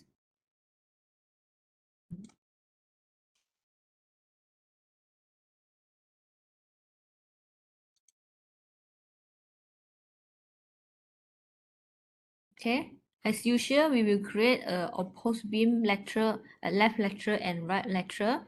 After we calculate the plan, there is a lot hotspot.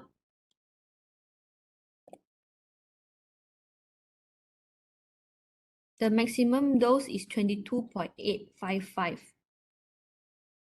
22.855. there is 114% where the doctor sure don't want to approve this plan. So here I will teach you the another way on how to reduce the hotspot. Just now we mentioned we can either use 10 MB to reduce the hotspot, but this kind of case you can see the hotspot is everywhere at the skull area. It's difficult where you want to choose the 10 MB to reduce the hotspot, and of course the irregular shape compared to just now posterior beam and anterior beam is quite flat, the body contour. Okay, for whole brain, the skull, the shape is like a round shape, so it's very difficult. We use 10 MB to reduce the hotspot. So now we will use the MLC, multi-leaf collimator, in order to reduce this hotspot. Okay, as you can see here, 107% is shown in red color over this view. You can see here. So we will use a technique called fill in fill technique to reduce this hotspot. Actually, this fill in fill techniques is about the same with physical wash or motorized wash. Okay, but for this patient, this kind of case, using wash won't help in these situations. Okay, so we can only use, because why do I say wash is didn't help in this case? Because the hotspot is not is everywhere at this plan. So if you want to reduce this area by using the wash, remember what's the wash function?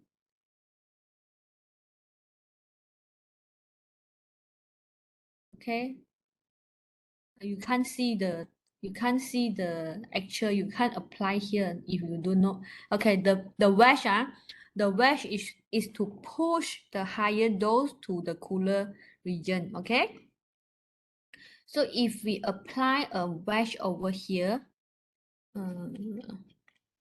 here, okay, here this red, I apply a wash over here.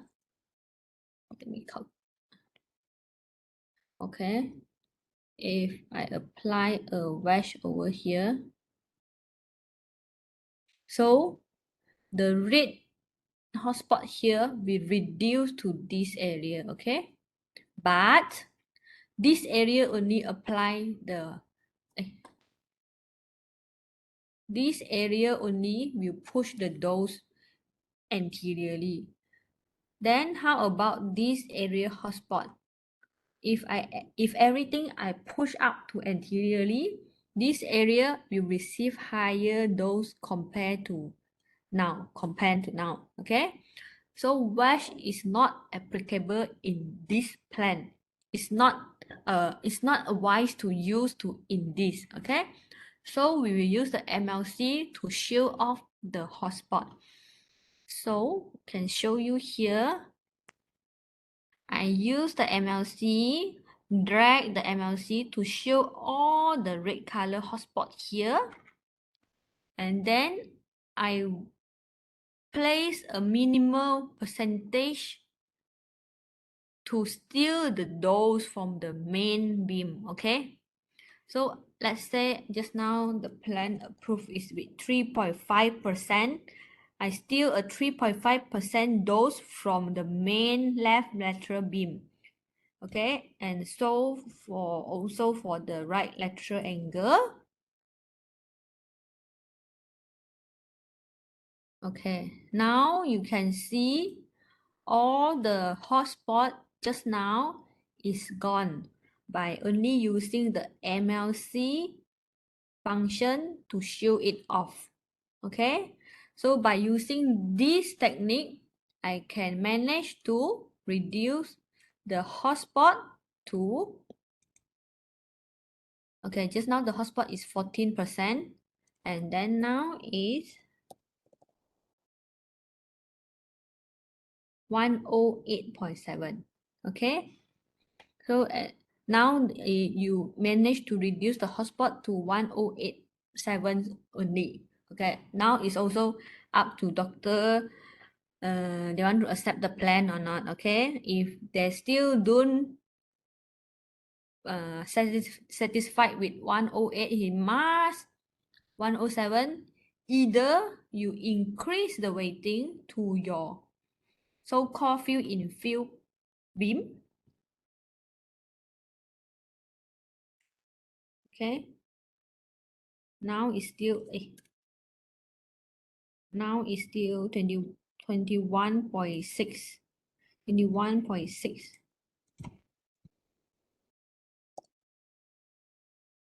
Okay, now it's still a little bit more.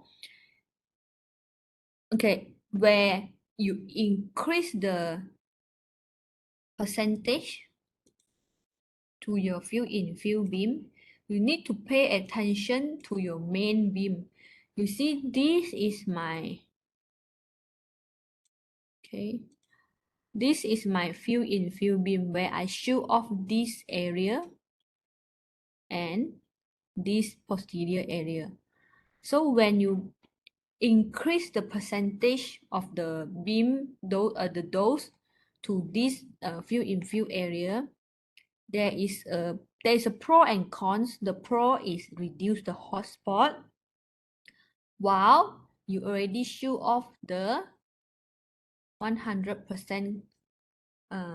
You can see here there is a empty space, not empty, there is a gap here. 95 and 100% is not equally distributed because we already show off this area. We steal the dose from the main beam.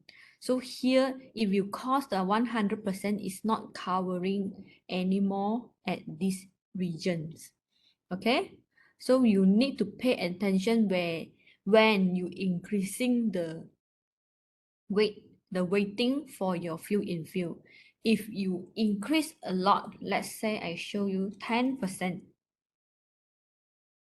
Okay, the hotspot, of course, it is already reduced a lot, but you can see here the dose of 100% is already reduced quite a lot, especially the place, the area you put your MLC field to shield it off the hotspot. See this area, there is no more 100% over here.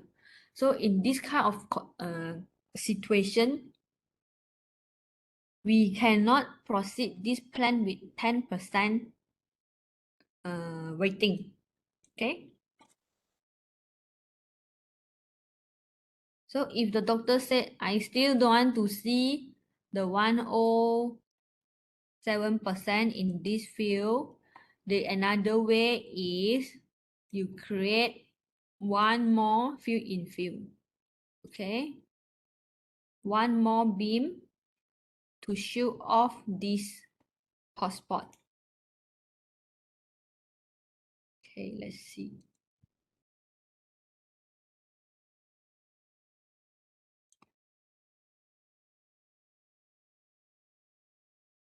Basically, you just drag your MLC to cover the red area.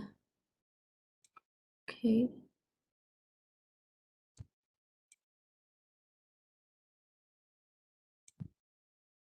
Okay, the main area is this.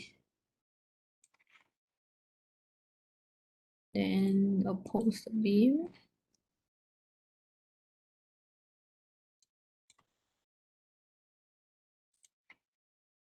Now we apply a small percentage into this new field in field beam, maybe 2.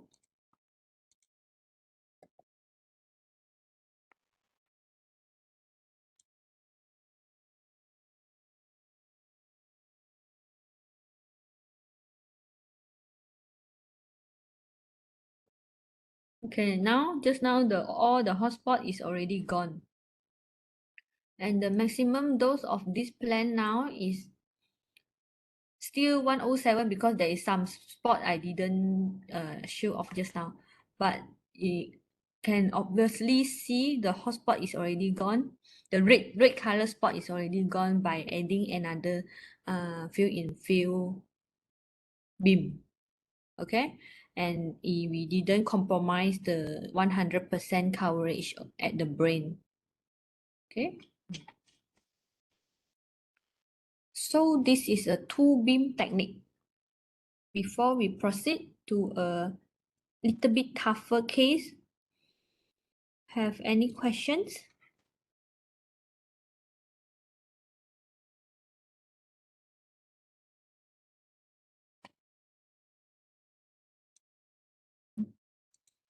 Is there any questions? Or else I will proceed.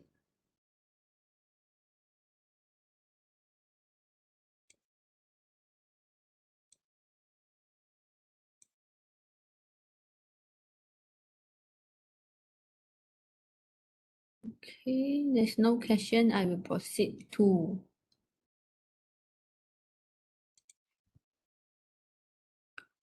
okay, now our next example will be pelvic case. So for now, we will use 4-beam technique to create a field, to a prostate case or rectum case, pelvis case. Okay. You see, now only I will introduce when to choose 6 MB or 10 MB. Okay. So now let's go to our field. So this is a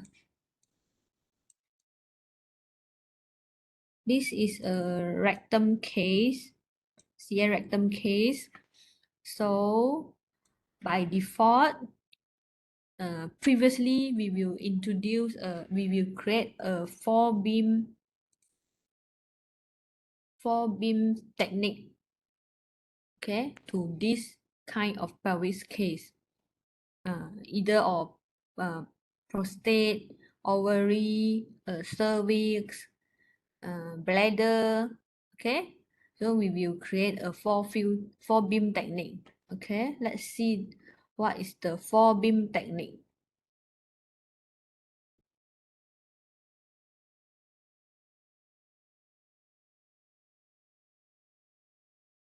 Okay.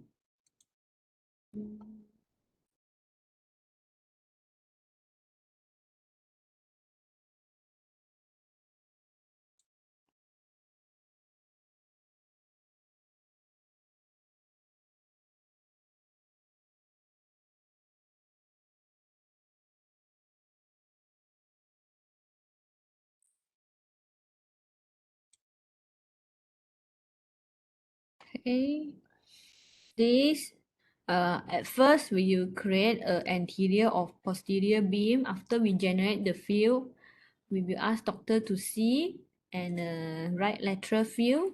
Then we will oppose everything. Oppose means you create another beam with a different angle.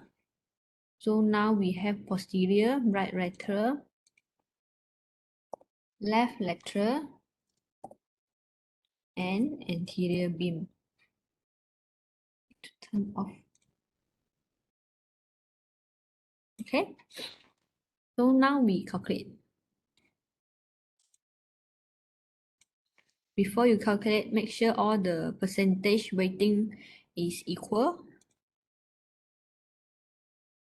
Then only you will know which beam contribute more dose to our plan.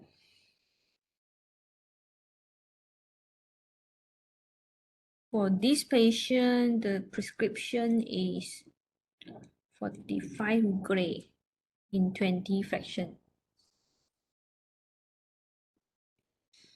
Okay, let's see. Okay, 4-beam technique. 4-beam technique, you will expect a box field like this. Okay. Let me turn off. All the beam you add on, the internal line of this one, that will be the dose distribution of your plant. Okay, for 4 beam technique, I believe this one you have learned from your book, textbooks. What you expect is by putting equal weighting, you will expect a homogeneous, you will expect a box dose distributions. Okay, so before I proceed to another questions, do you have any question on this 4 beams technique?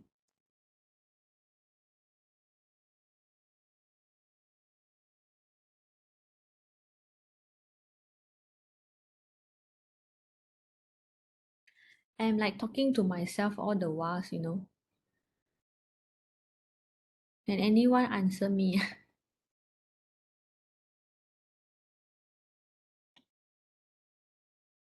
there any questions? There is actually a question in the chat box.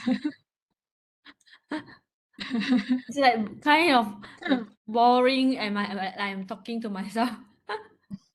Totally understand. What about hot areas from crossing the 2 field? This one is just now. Okay, this is just now.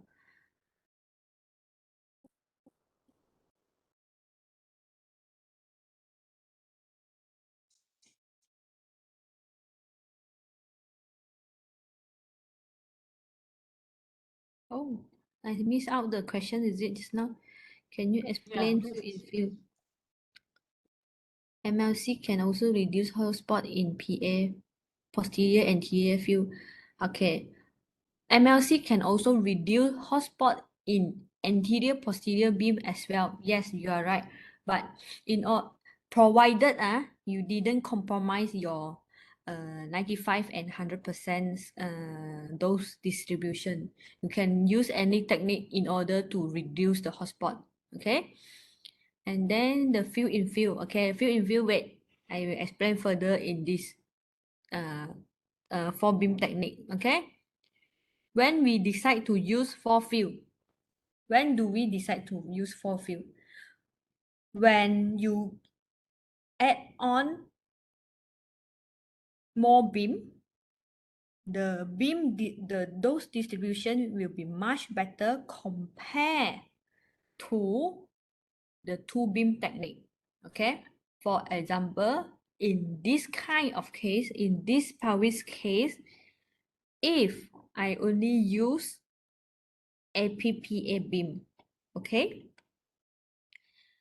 before I show you the example, if I use only APPA beam, what is the dose distribution you will see, and what is the side effect you expect from APPA field for this patient? What will you see, and what's the okay? Okay. The question I will answer later. So if I using only, okay, I have to turn on everything. If I using only APPA field, okay, just now we already mentioned if you use only APPA field this, you will expect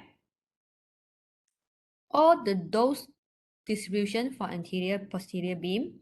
You will expect the higher dose at this bowel back region.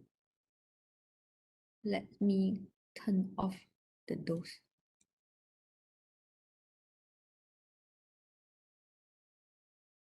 Okay, you will see. Okay, I have to adjust a little bit.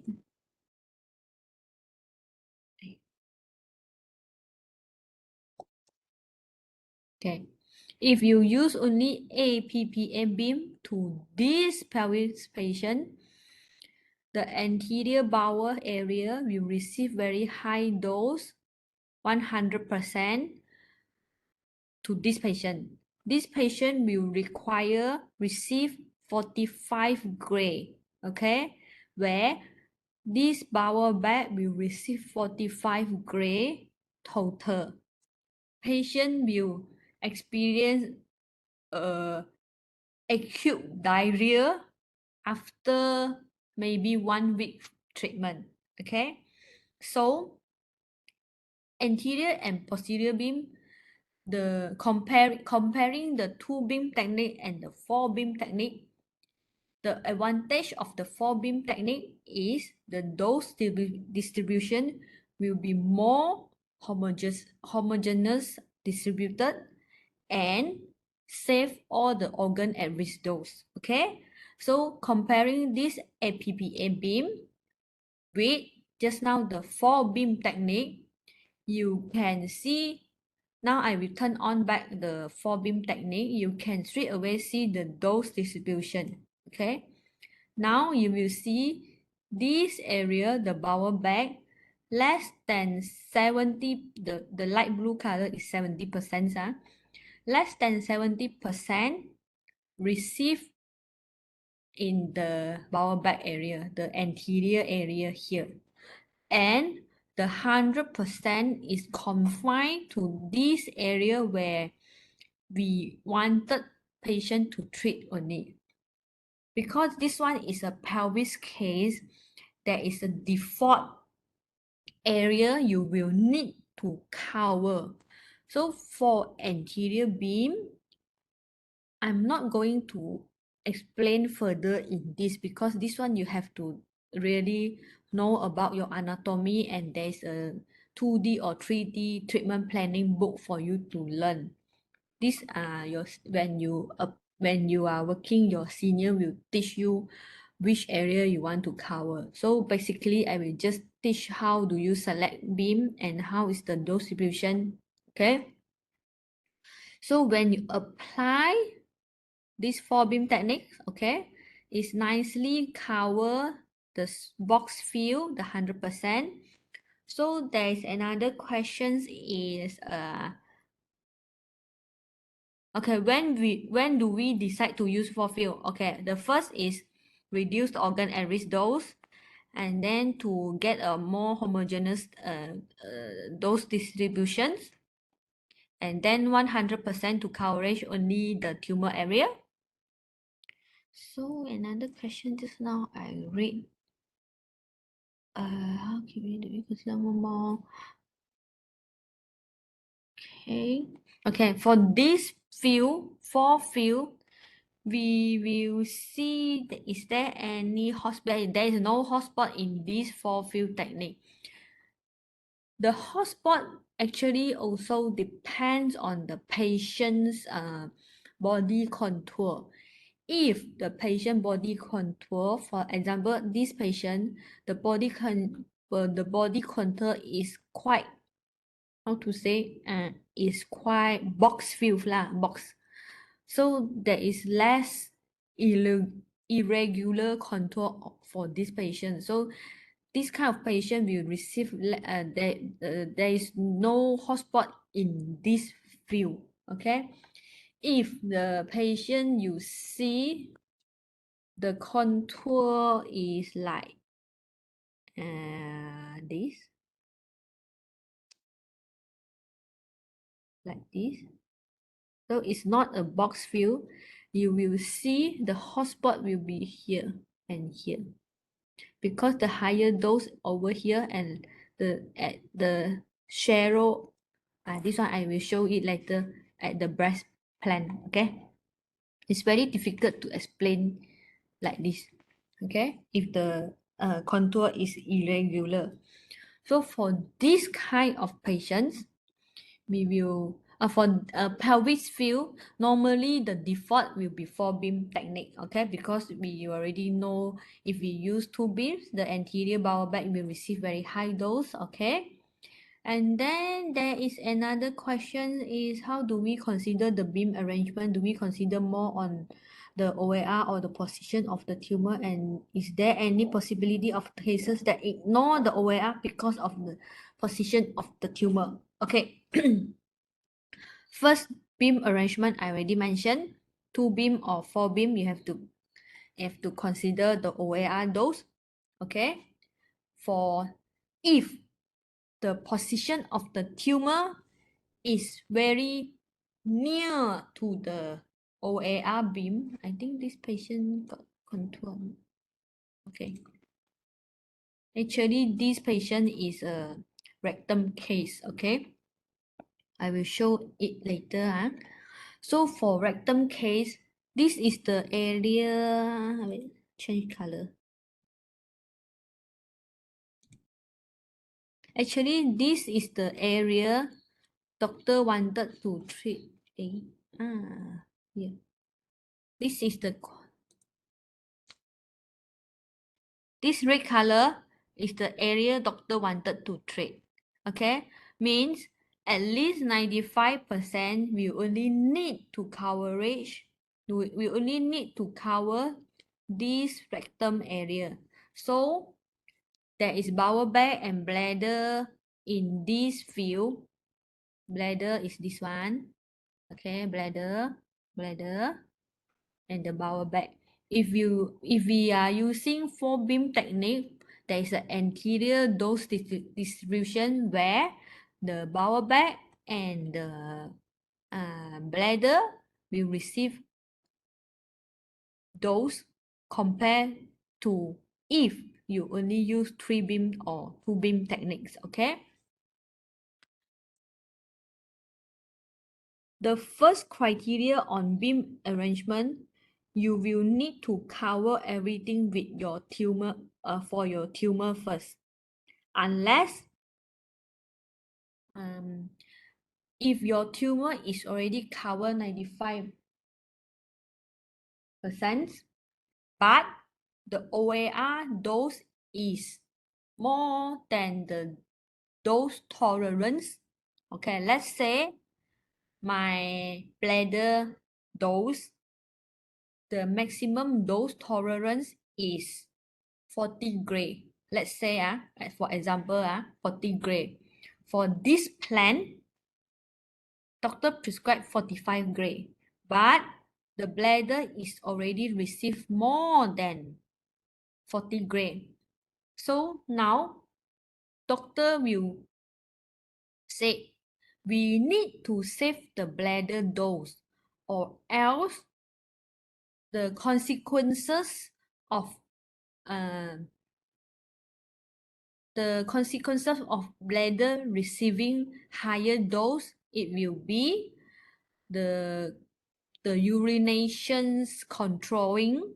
Means if the bladder is already received the higher dose, the consequences is bladder may get infection and they can't control the urination. Okay, so for now in this kind of situation, we will need to reduce the dose to the bladder.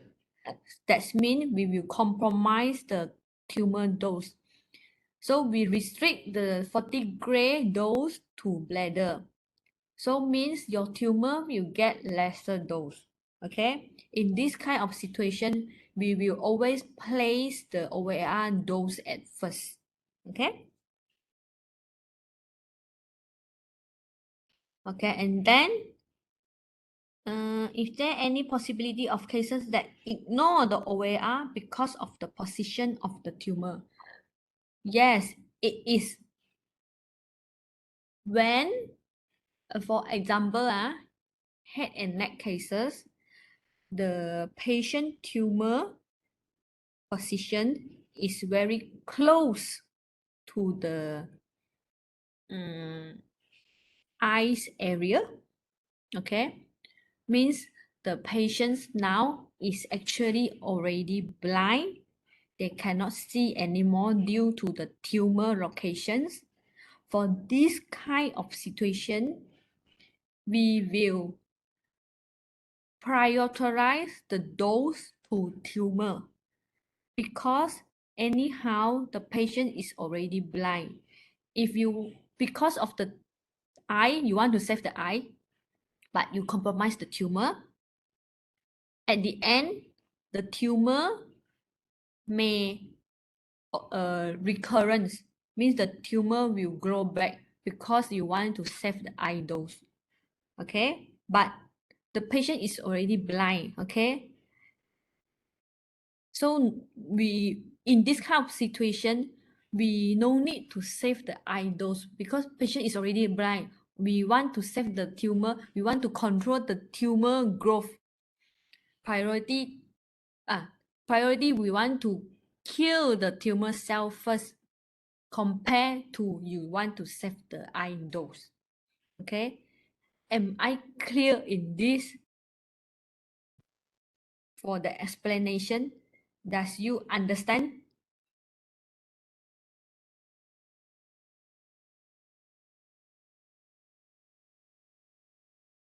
Yes, Mr. Very clear. Thank you. Okay, so back to our four beam technique. The four beam technique, we will expect a box field as I mentioned just now. Okay, how about three beam technique? Okay, how about three beam technique? Okay, now I'm going to remove my anterior beam. Because this beam is rectum case, rectum as we know is at posterior, more to posterior area. I'm going to remove my anterior beam. Okay, after I remove my anterior beam, this will be the dose distribution from three beams. Okay, so as you can see here, the 95% is well cover the target. Okay, the red color target, 95% coverage. But at the same time, there is a high hotspot from the posterior at this posterior region and this organ at risk. Not organ, at this side from the lateral beam. So if you remember just now the four beam technique, I shouldn't, wait I'll post back. Okay.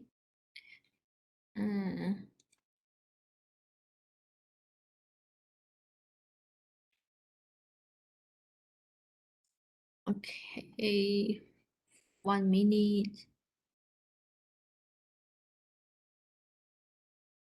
Okay, for the four beam, the 70% is well defined within this box area. Okay, while when I turn off the anterior beam, the 70% is already gone to the lateral side and the posterior waiting and the hotspot is over all here. Just now the four beam technique, I didn't see any hotspot area. Okay, on these situations, how can we reduce the hotspot and reduce the lateral dose?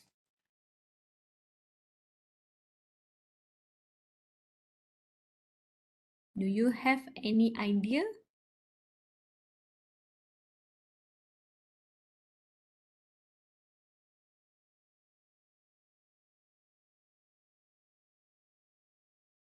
Any idea?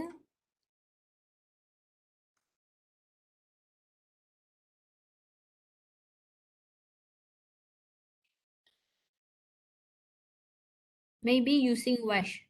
Yes, you can using wedge. So for this kind of case, actually you can still use the field in field to shield the hotspot, but it won't help in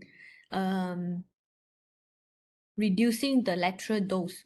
So for this kind of case, we will straight away using the wedge technique in order to reduce this hotspot. Okay.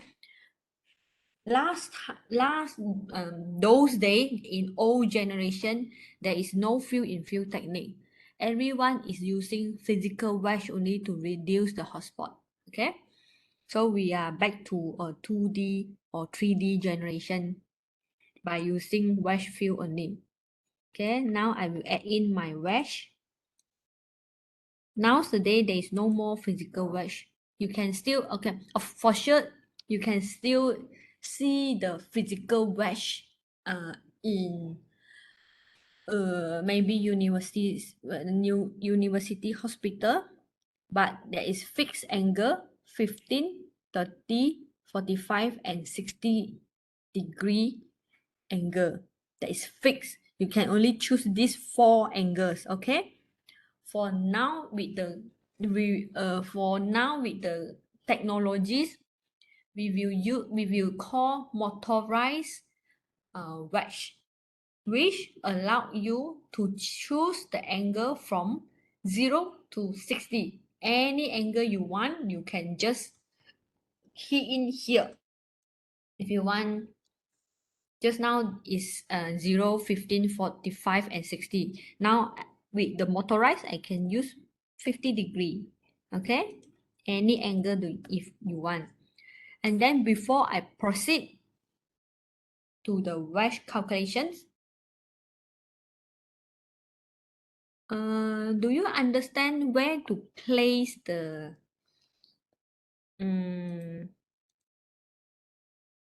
thick end of the wedges? Okay, the wedge,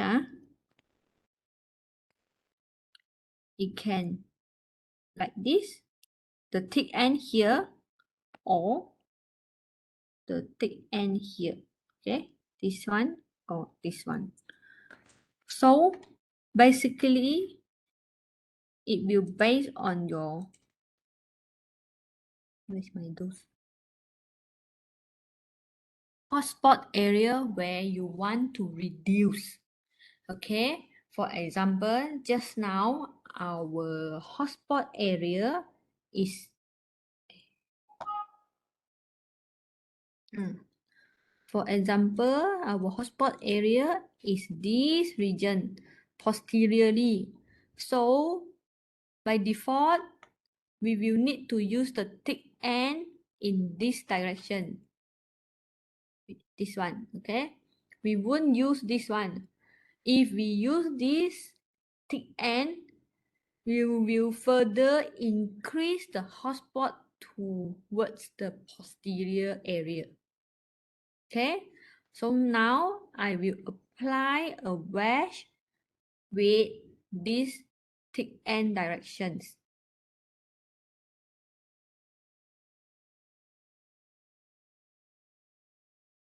Okay, you can see here the thick end is at posterior area. Now I will need to calculate the dose.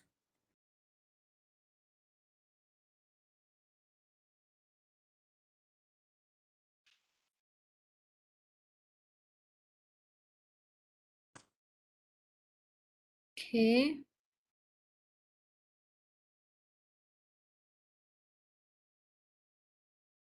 After you apply the wedge, you will see, okay, if you see this, because I'm applying a 60-degree wedge to this plane. Okay, so you will see all the dose, all the hotspot push towards the anterior. So in this kind of situation, what kind of changes you aim to change? You will change. What kind of changes?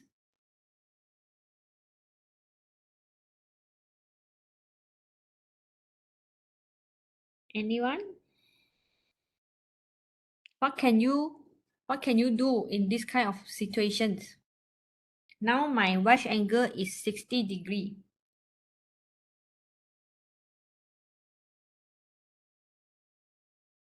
Yes, reduce the wedge angle. Okay, by reducing the wedge angle, you will reduce the hotspot push towards to the anterior. But before that, you may also see your weighting. You may also play around with your weighting. Okay, let's see if now my plan, I want to confine the 70% into the box field as just now the 4-beam technique. So in this kind of situation, I will need to increase my posterior beam weighting in order to reduce the lateral beam those contributions. Okay, I will show you here directly. I increase my posterior weighting. See, when I increase my posterior weighting to 60%, just now is equally 33%. When I increase to 60%, immediately, just now all the hotspot area at anterior part is reduced, and now my plans is almost equally to a 4-beam technique. It become a box dose distribution now. Okay, it's almost there, because now just now when you see there is no 70% area over at lateral area. Okay, so now are you satisfied with this kind of beam arrangement with 60-degree angle and weighting? Are you happy with this one? There is no more hotspot. See, there is no more 107 red color dose over here at this plan. So for you, are you happy with this beam arrangement and with your plan? But you are the planner now. Are you happy with this one?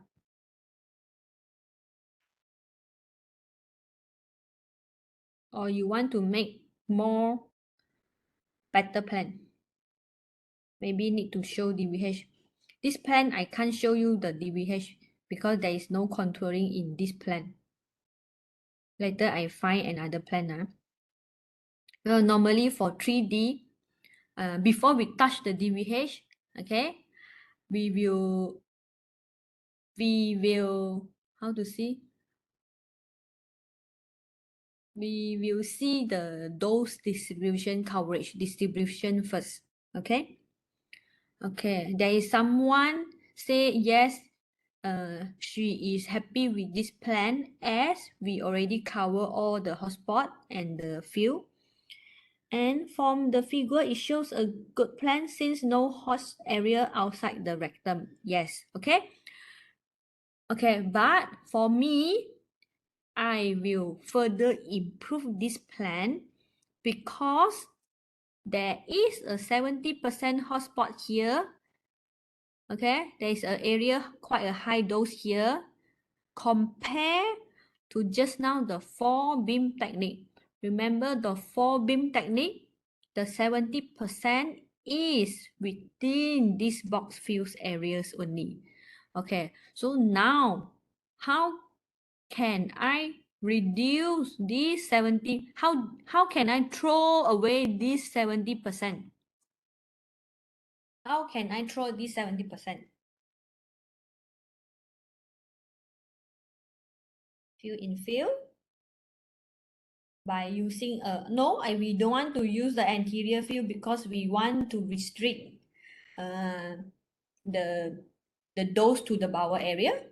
Okay, now we are using these 3-beam techniques only. Okay, what else you can play around in this plan?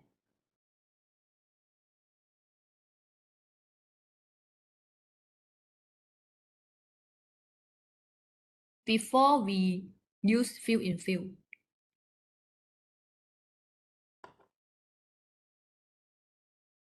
Okay, Yes, waiting. Correct, you are right. So, what waiting you would like to adjust?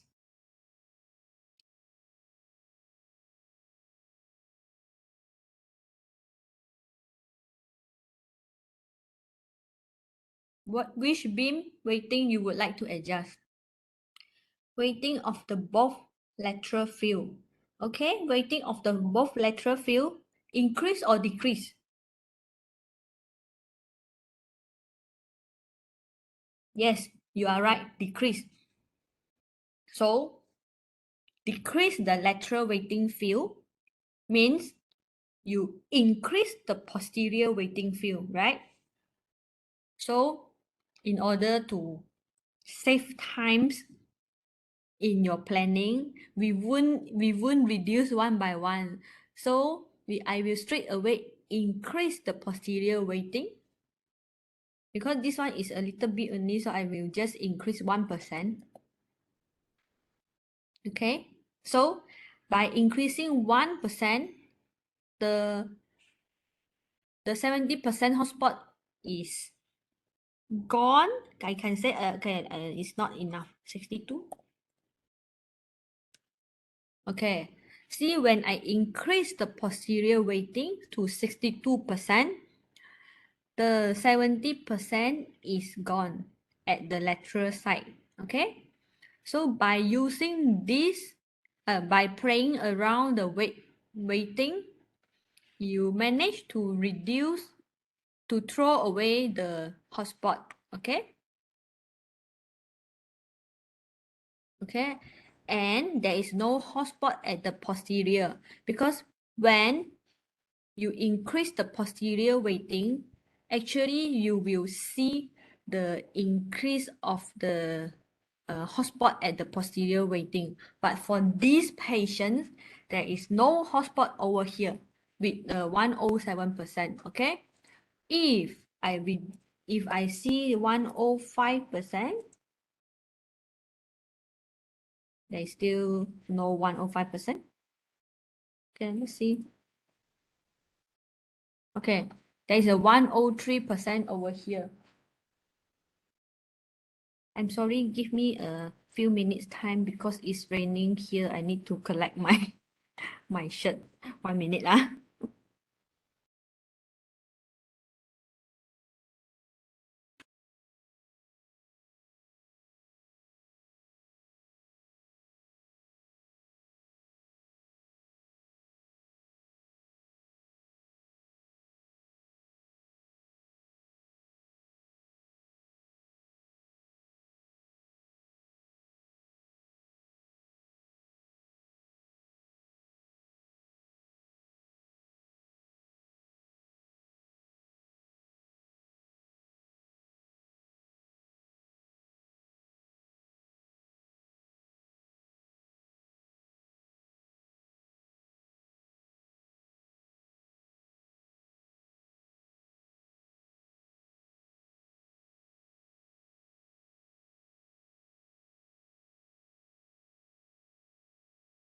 Okay, I'm back.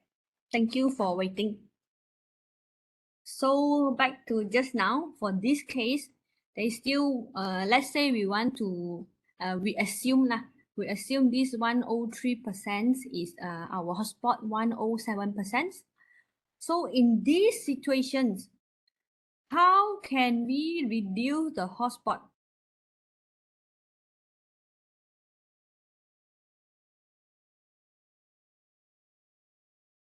How can we throw away the hotspot?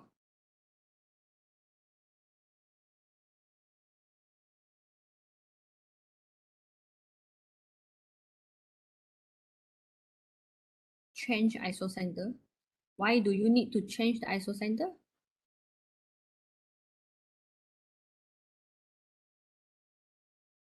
If you change your ISO center placement, is basically you create a new plan where we don't want to waste the time to create a new plan because actually this plan is already 99% perfect except the hotspot. Okay, so increasing beam energy Okay, increasing beam energy. Which beam you want to change your beam energy? Or the beam change to 10 MV? Okay, change the posterior beam to 10 MV. Okay, let's see.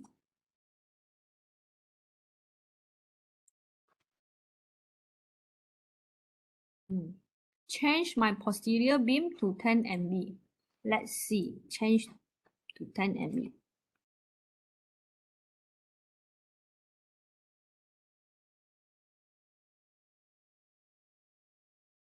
Actually, you are right. Change to 10 MV, but you see the difference? Because the 10 MV, if you can reduce the hotspot at your posterior area, but if you still there is some, because remember as for 10 MV, the deeper the penetration, the dose will be higher compared to 6 MV. Okay. Now changing the angles of both wedges. Change to what? Okay, back to 10 MV first. So for this situation, we won't encourage you to change the energy to 10 MV because there is no benefit and the patient separation is not as deep, and also you only using 10 MV. Okay, so now we will back to 6 MV. Okay, the another choice from changing the angles of both wedges. Okay, change to what angles? Now your wedge angles is 60, higher than 60. I am sorry, the highest angle is 60 only. Okay, in physical wedge or motorized wedge, is the highest is 60. So what else options you can use now?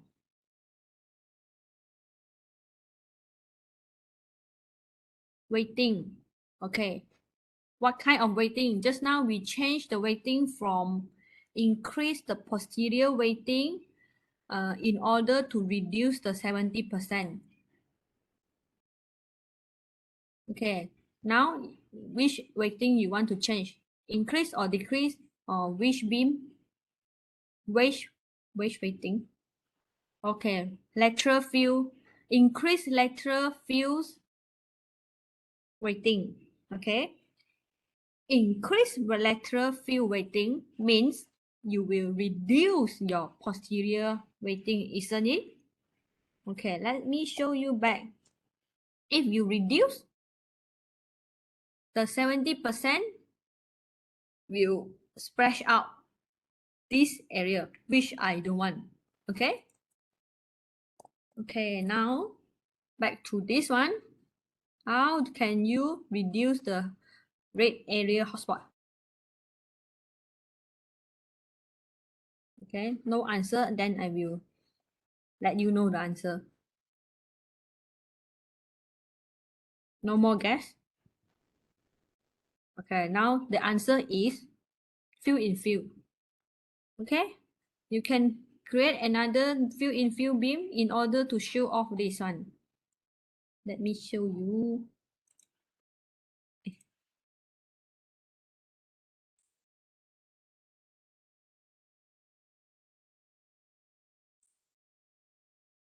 Okay, now I will create a field in field to show off this area.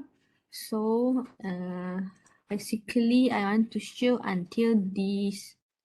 Where's my waypoint?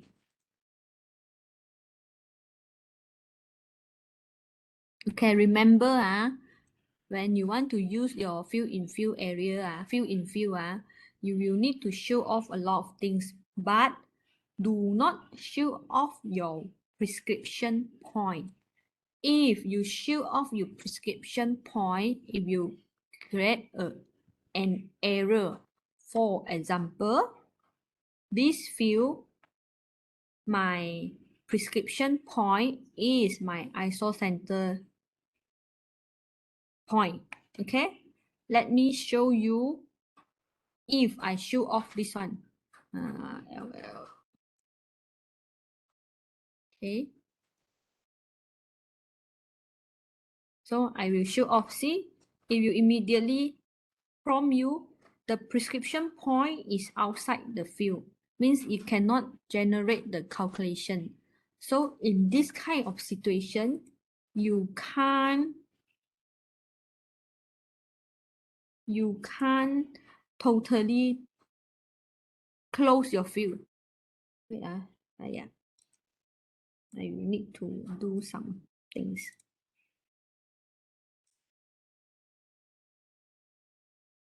Okay, so now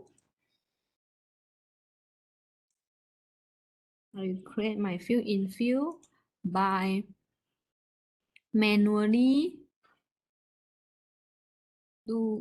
drag the MLC field. Okay. Ignore this anterior things lah, because mainly we want to show the posterior hotspot. Okay. So now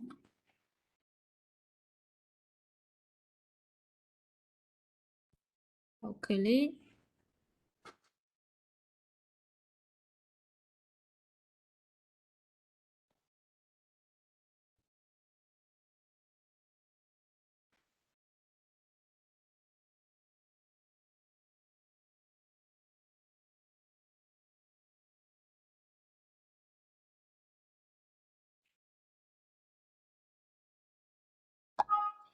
Okay, we put some dose to this field in field, maybe just 2% from lateral beam.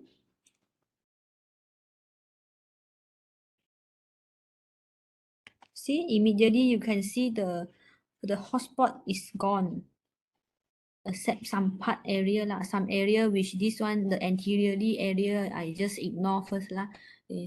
So by using field in field technique combined with the wedge technique, you can remove your hotspot area.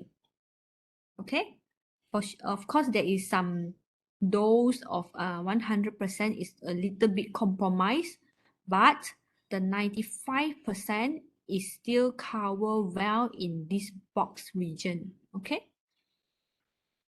so by using field in field, you manage to create a very good plan for this patient.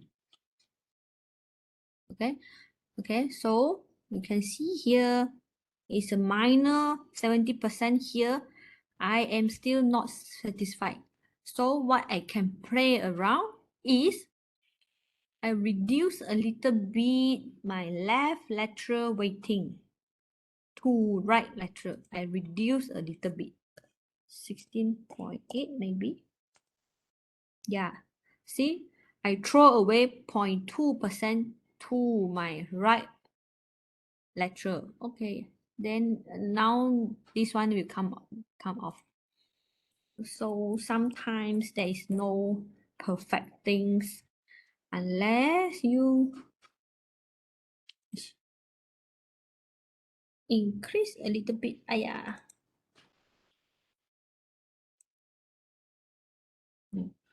Okay, I want to throw away this. So by increasing a little bit to my posterior field, okay, it will go. There is no perfect lah in this plan. You can do it. Okay. So by increasing the posterior beam, so my 70% splash is all gone. And by using the field in field and wedge technique just now, my hotspot is all gone. So this plan, are you satisfied now?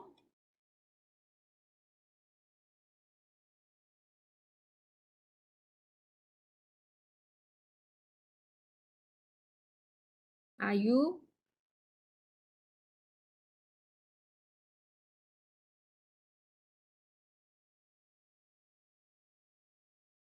Hello? Can the doctor approve the plan now? Yes, you are satisfied.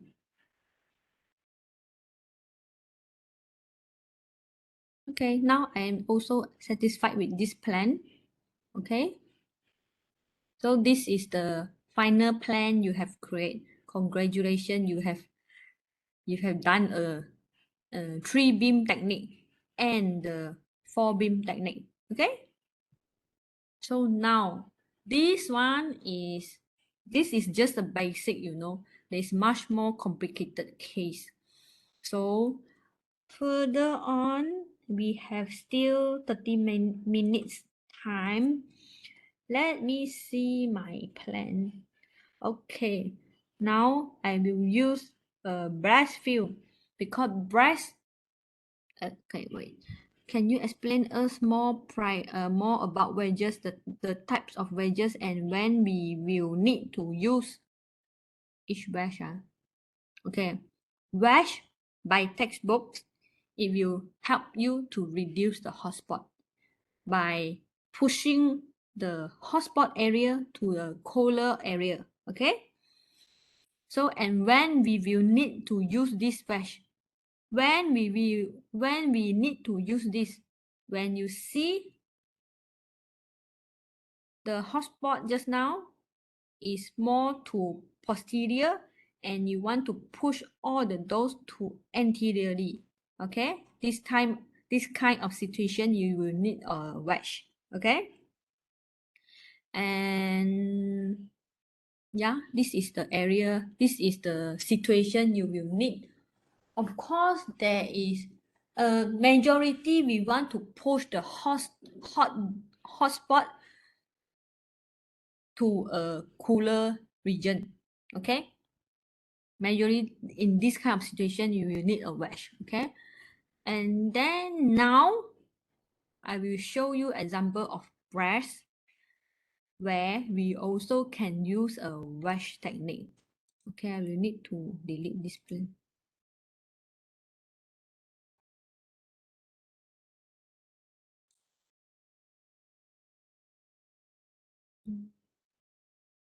Okay.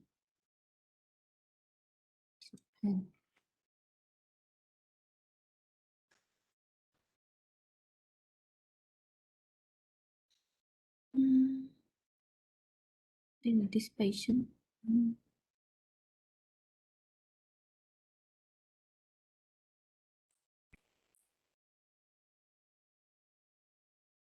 Now we proceed to a breast plan first, where this patient will also apply wedge technique. Wait, let me see. Oh, no, this patient.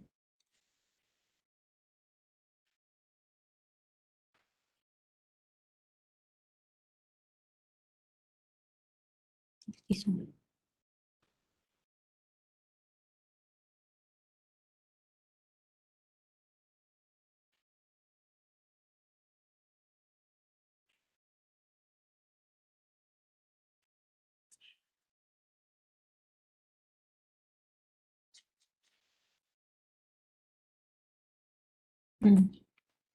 Okay, this plan.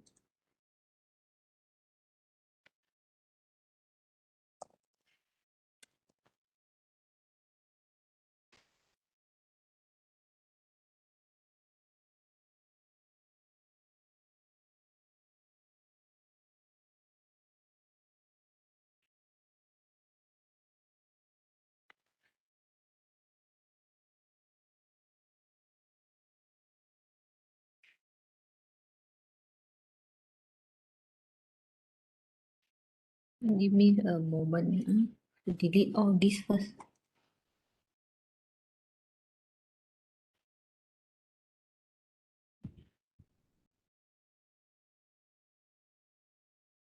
Okay.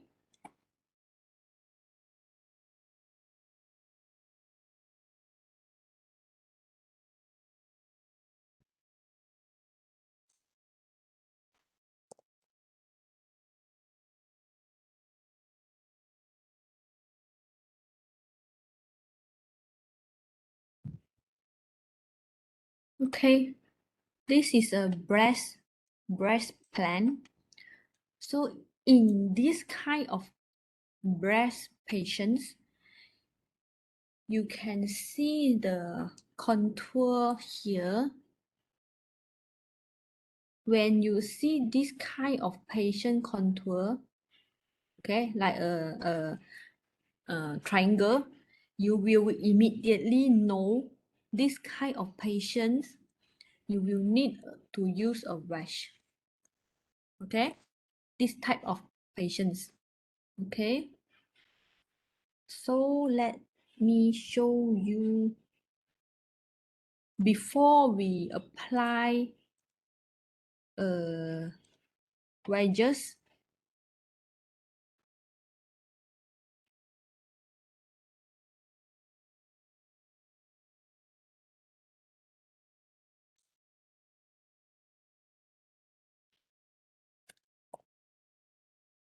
What is the dose distribution for this kind of patient, this kind of breast plan?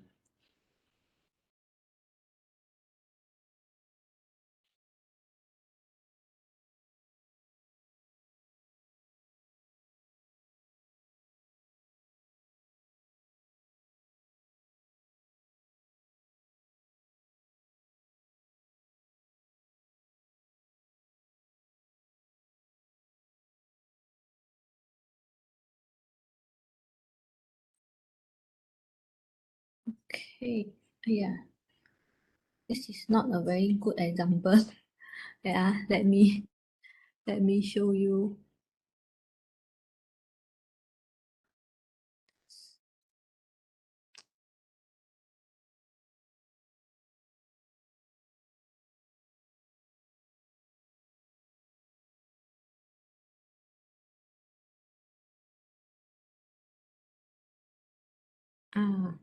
Okay. For this kind of plan, when the irregular contour with like a triangle, you will immediately know you need to use the wedge to push off the hotspot area, the red area, towards cooler regions. Okay, so now I will try to compare wedge and without wedge field plan for you. Okay, now we aim to reduce this hotspot to this patient, but actually before that, this patient don't need a wedge because the 95% coverage is very well covered for these patients. This is the area we wanted to treat.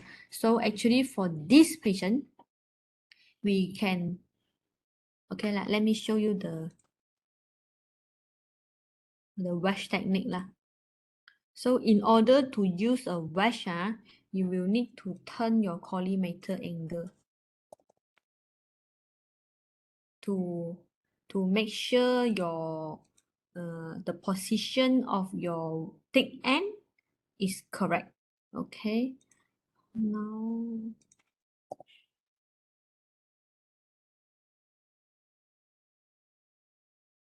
okay, so when I put in my collimator angle 90 degree, my thick end is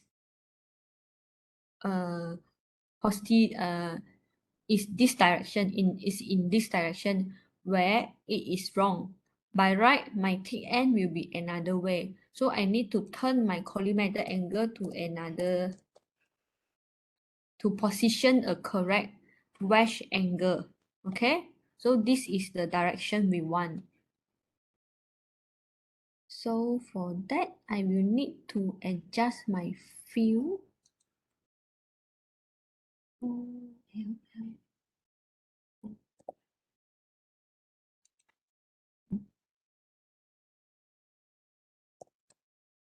Okay, this is the beam direction and the wedge angle I want. So for this patient, because the hotspot is a little bit over here only, so we may no need to use a 60-degree wedge. I need to go back. So we may try out to use maybe 10 degree.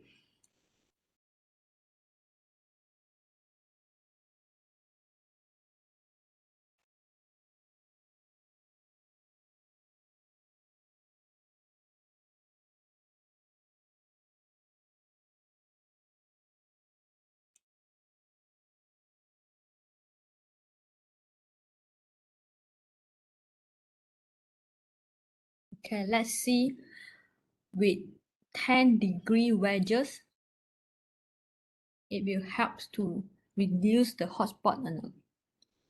Does it enough to reduce the hotspot?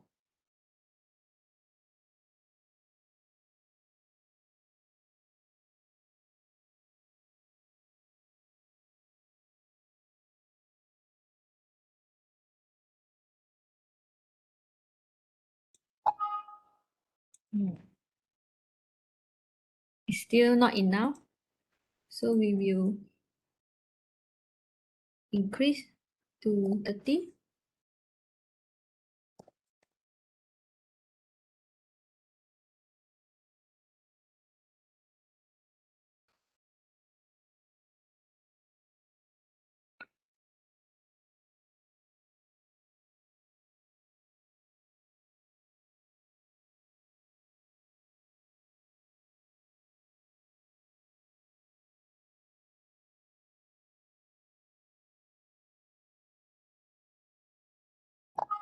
Okay, so just now I used 10 degree.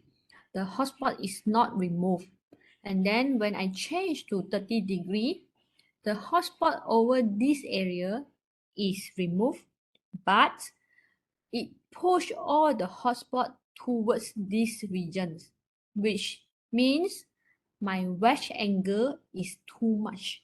Okay, now I will need to reduce my wedge angle. This is the beautiful of using motorized wedge, where you can change any angle you want. So if you are using physical wedge, 30 degree, you will see the hotspot at shown as just now. So, but if you use, later we will try to use 15 degree, see if the 15 degree wedge is perfect. Okay, now it's due to my now it's due to my weighting. It's not equal, it's not homogeneous. Okay.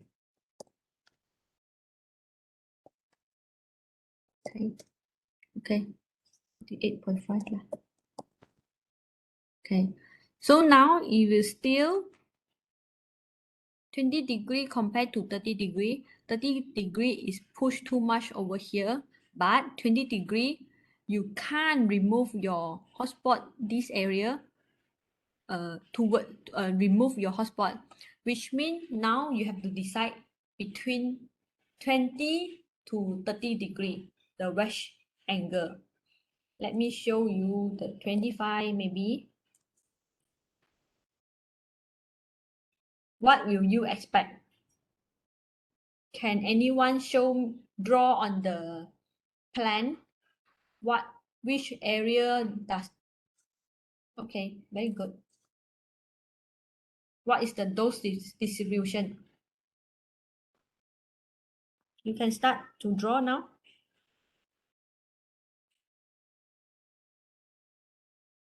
What will we expect by using wedge 25 degree?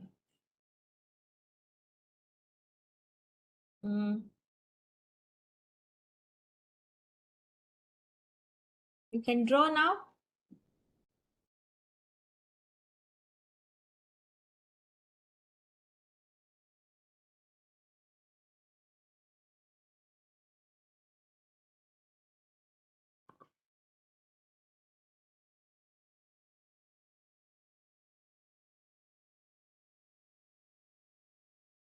Okay, there's another person I can try.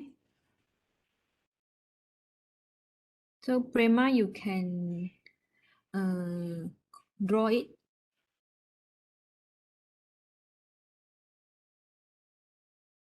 What do you expect now by using 25-degree wedge?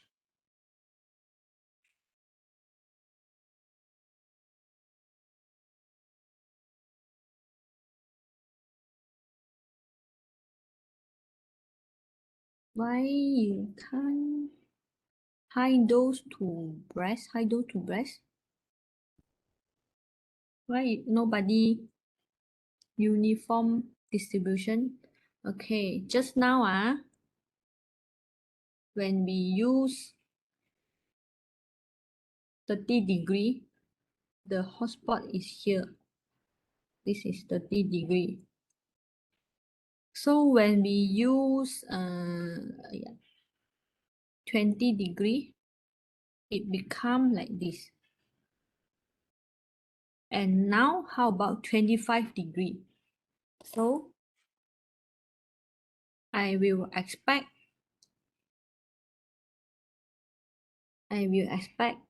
still is this, but lesser area. How come my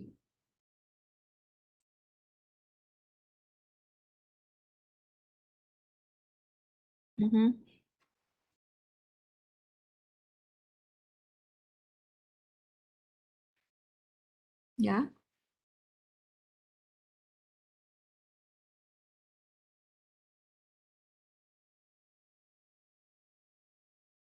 I think maybe due to the connection, their drawing is a little bit slow, maybe. Okay, it's okay, never mind. We can proceed for our calculation now. Yeah, expectation higher. Okay, we can proceed to calculate now.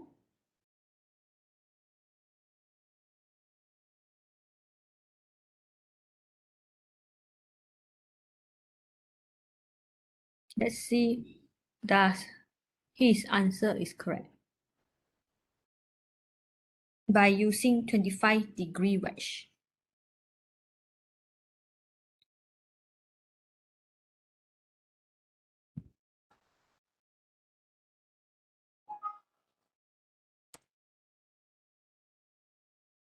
I need to wait I turn off the annotation. So now by using 25-degree, yeah, he is correct. And there is no perfect dose distribution by using wedge angle now for this plan, okay? So just now, the perfect wedge angle, it will be without wedge. Because considering when we use 10-degree, we can't push the hotspot to the cooler region. When we are using 10-degree wedges, the dose distribution is almost equally to without wedge plan. And while we using 30-degree, the hotspot is pushed towards this area,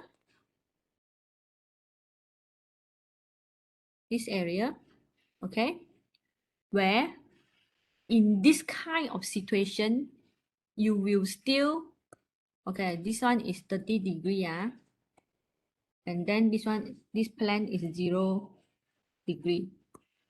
In this 30-degree wedge, we are still need to remove this hotspot by using another fill-in fill technique to remove this hotspot, where you can see here by using without wash, my MU is 289. Okay.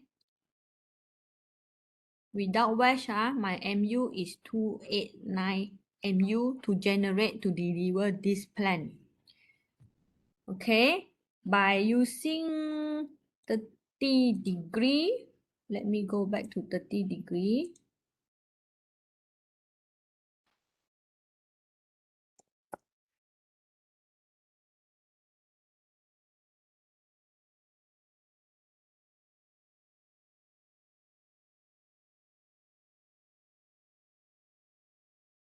I wanted you to know what is the difference by using wash and without wash. Okay.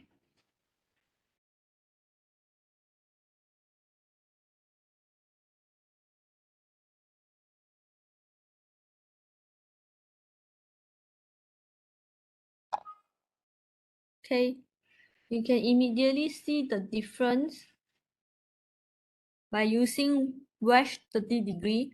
The MU shoot up to, why I cannot write, 572 MU by using wash. Okay, that's mean the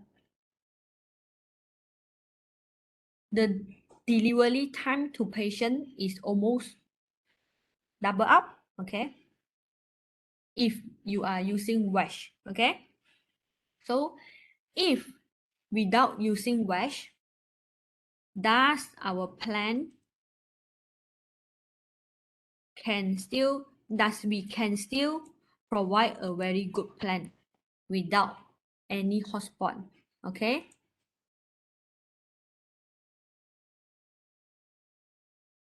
So back to remove the wedge.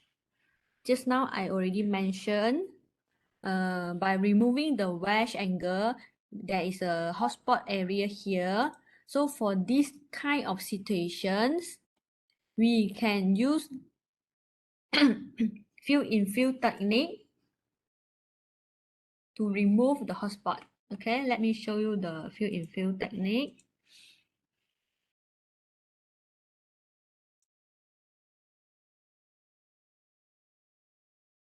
Okay.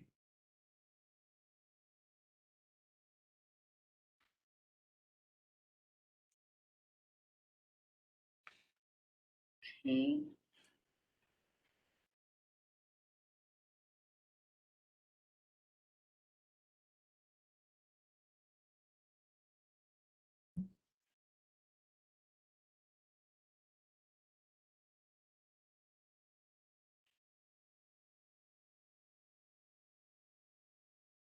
Okay.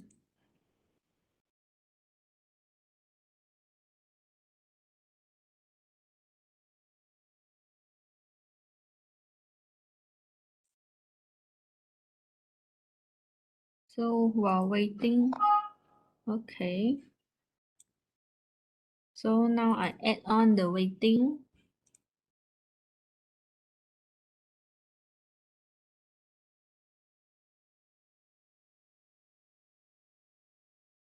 To my fill in fill. So assume this plan is perfect by removing all the hotspot. Okay. With fill in fill, my plan is only 291 MU. While using wedge angle, the MU is 572. So in this kind of situation, as a physicist, I will choose to use the fill in fill technique. So this will reduce the treatment delivery time towards the patients and also reduce the waiting time to others patients, which if this patient needs 3 minutes for total 5 minutes, let's say 5 minutes by using wedge plan and 3 minutes by using fill in fill plans. So if I choose to use fill-in-fill technique, I have saved 2 minutes treatment delivery times to these patients and also the other patients' waiting times. Are you clear? Because using both technique, you can achieve the same dose distribution, but in generally, you can save patient waiting time and treatment times. Okay? Are you clear in this? Oh, where is my chat box? Okay, yes, understand. So everyone is clear the difference of using wedge and fill-in-fill technique, the difference there, where wedge will generate higher MU to achieve your plan. So for my hospital, we will mainly use fill-in-fill times, fill-in-fill plan in order to reduce everyone waiting time. So this is the why our patient turnover waiting time is less compared to the other centers. Okay, I'm not saying the other center how is their plan, but in my hospital, we will primarily we will use fill-in-fill plan to reduce patient waiting times lah. So maybe if you have chance to work in hospital, you may adopt this kind of plan to save everyone time, because for sure a perfect plan is good for physicists, but you also need to consider others like therapy setup, therapy radiographer setup, and also patients. So this is all under physicist plan criteria. Okay, don't just because you want to create a perfect 100% plan, but you compromise others patients and others workers time. Okay, this is a very important in planning techniques lah. Of course, our perfect our first priority is to create a 100% coverage plan. But if there is another option to create a similar plan, we will choose the best option. Okay. So I hope you all can understand what have I teach whole morning. Is there any other question before we end these sections?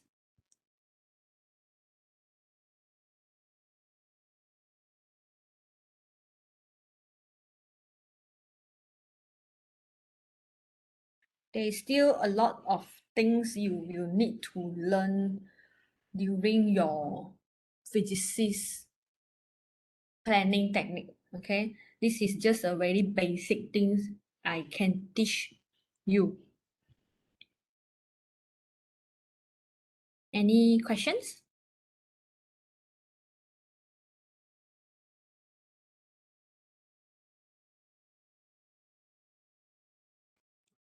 Any question before we end the session?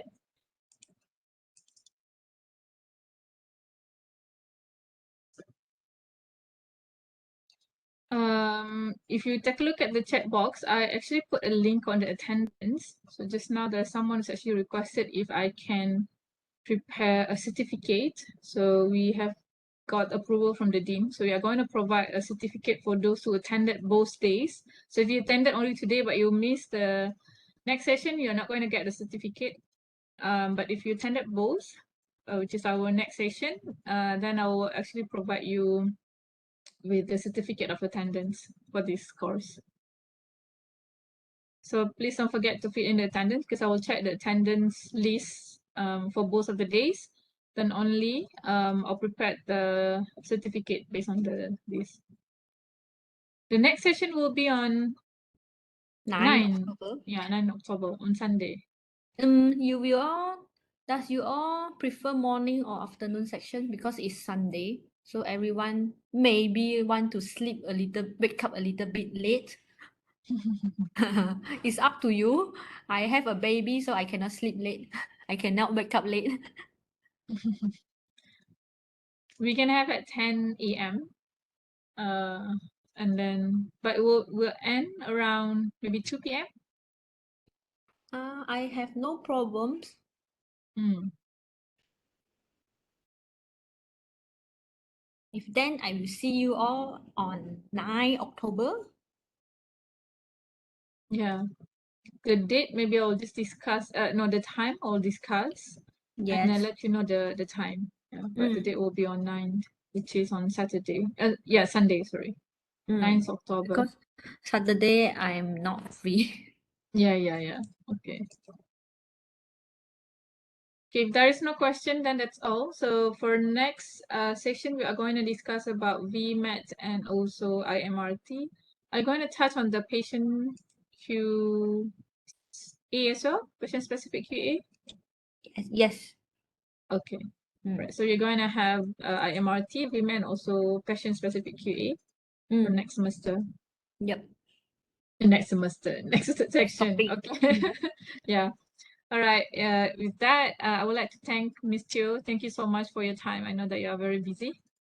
For spending your time. Then, I would say that patiently explain each of the steps. So hopefully that the student understand all the things that you have explained. Okay. With that, we will end the session. Bye, everyone. Have a Okay, great weekend bye-bye. ahead.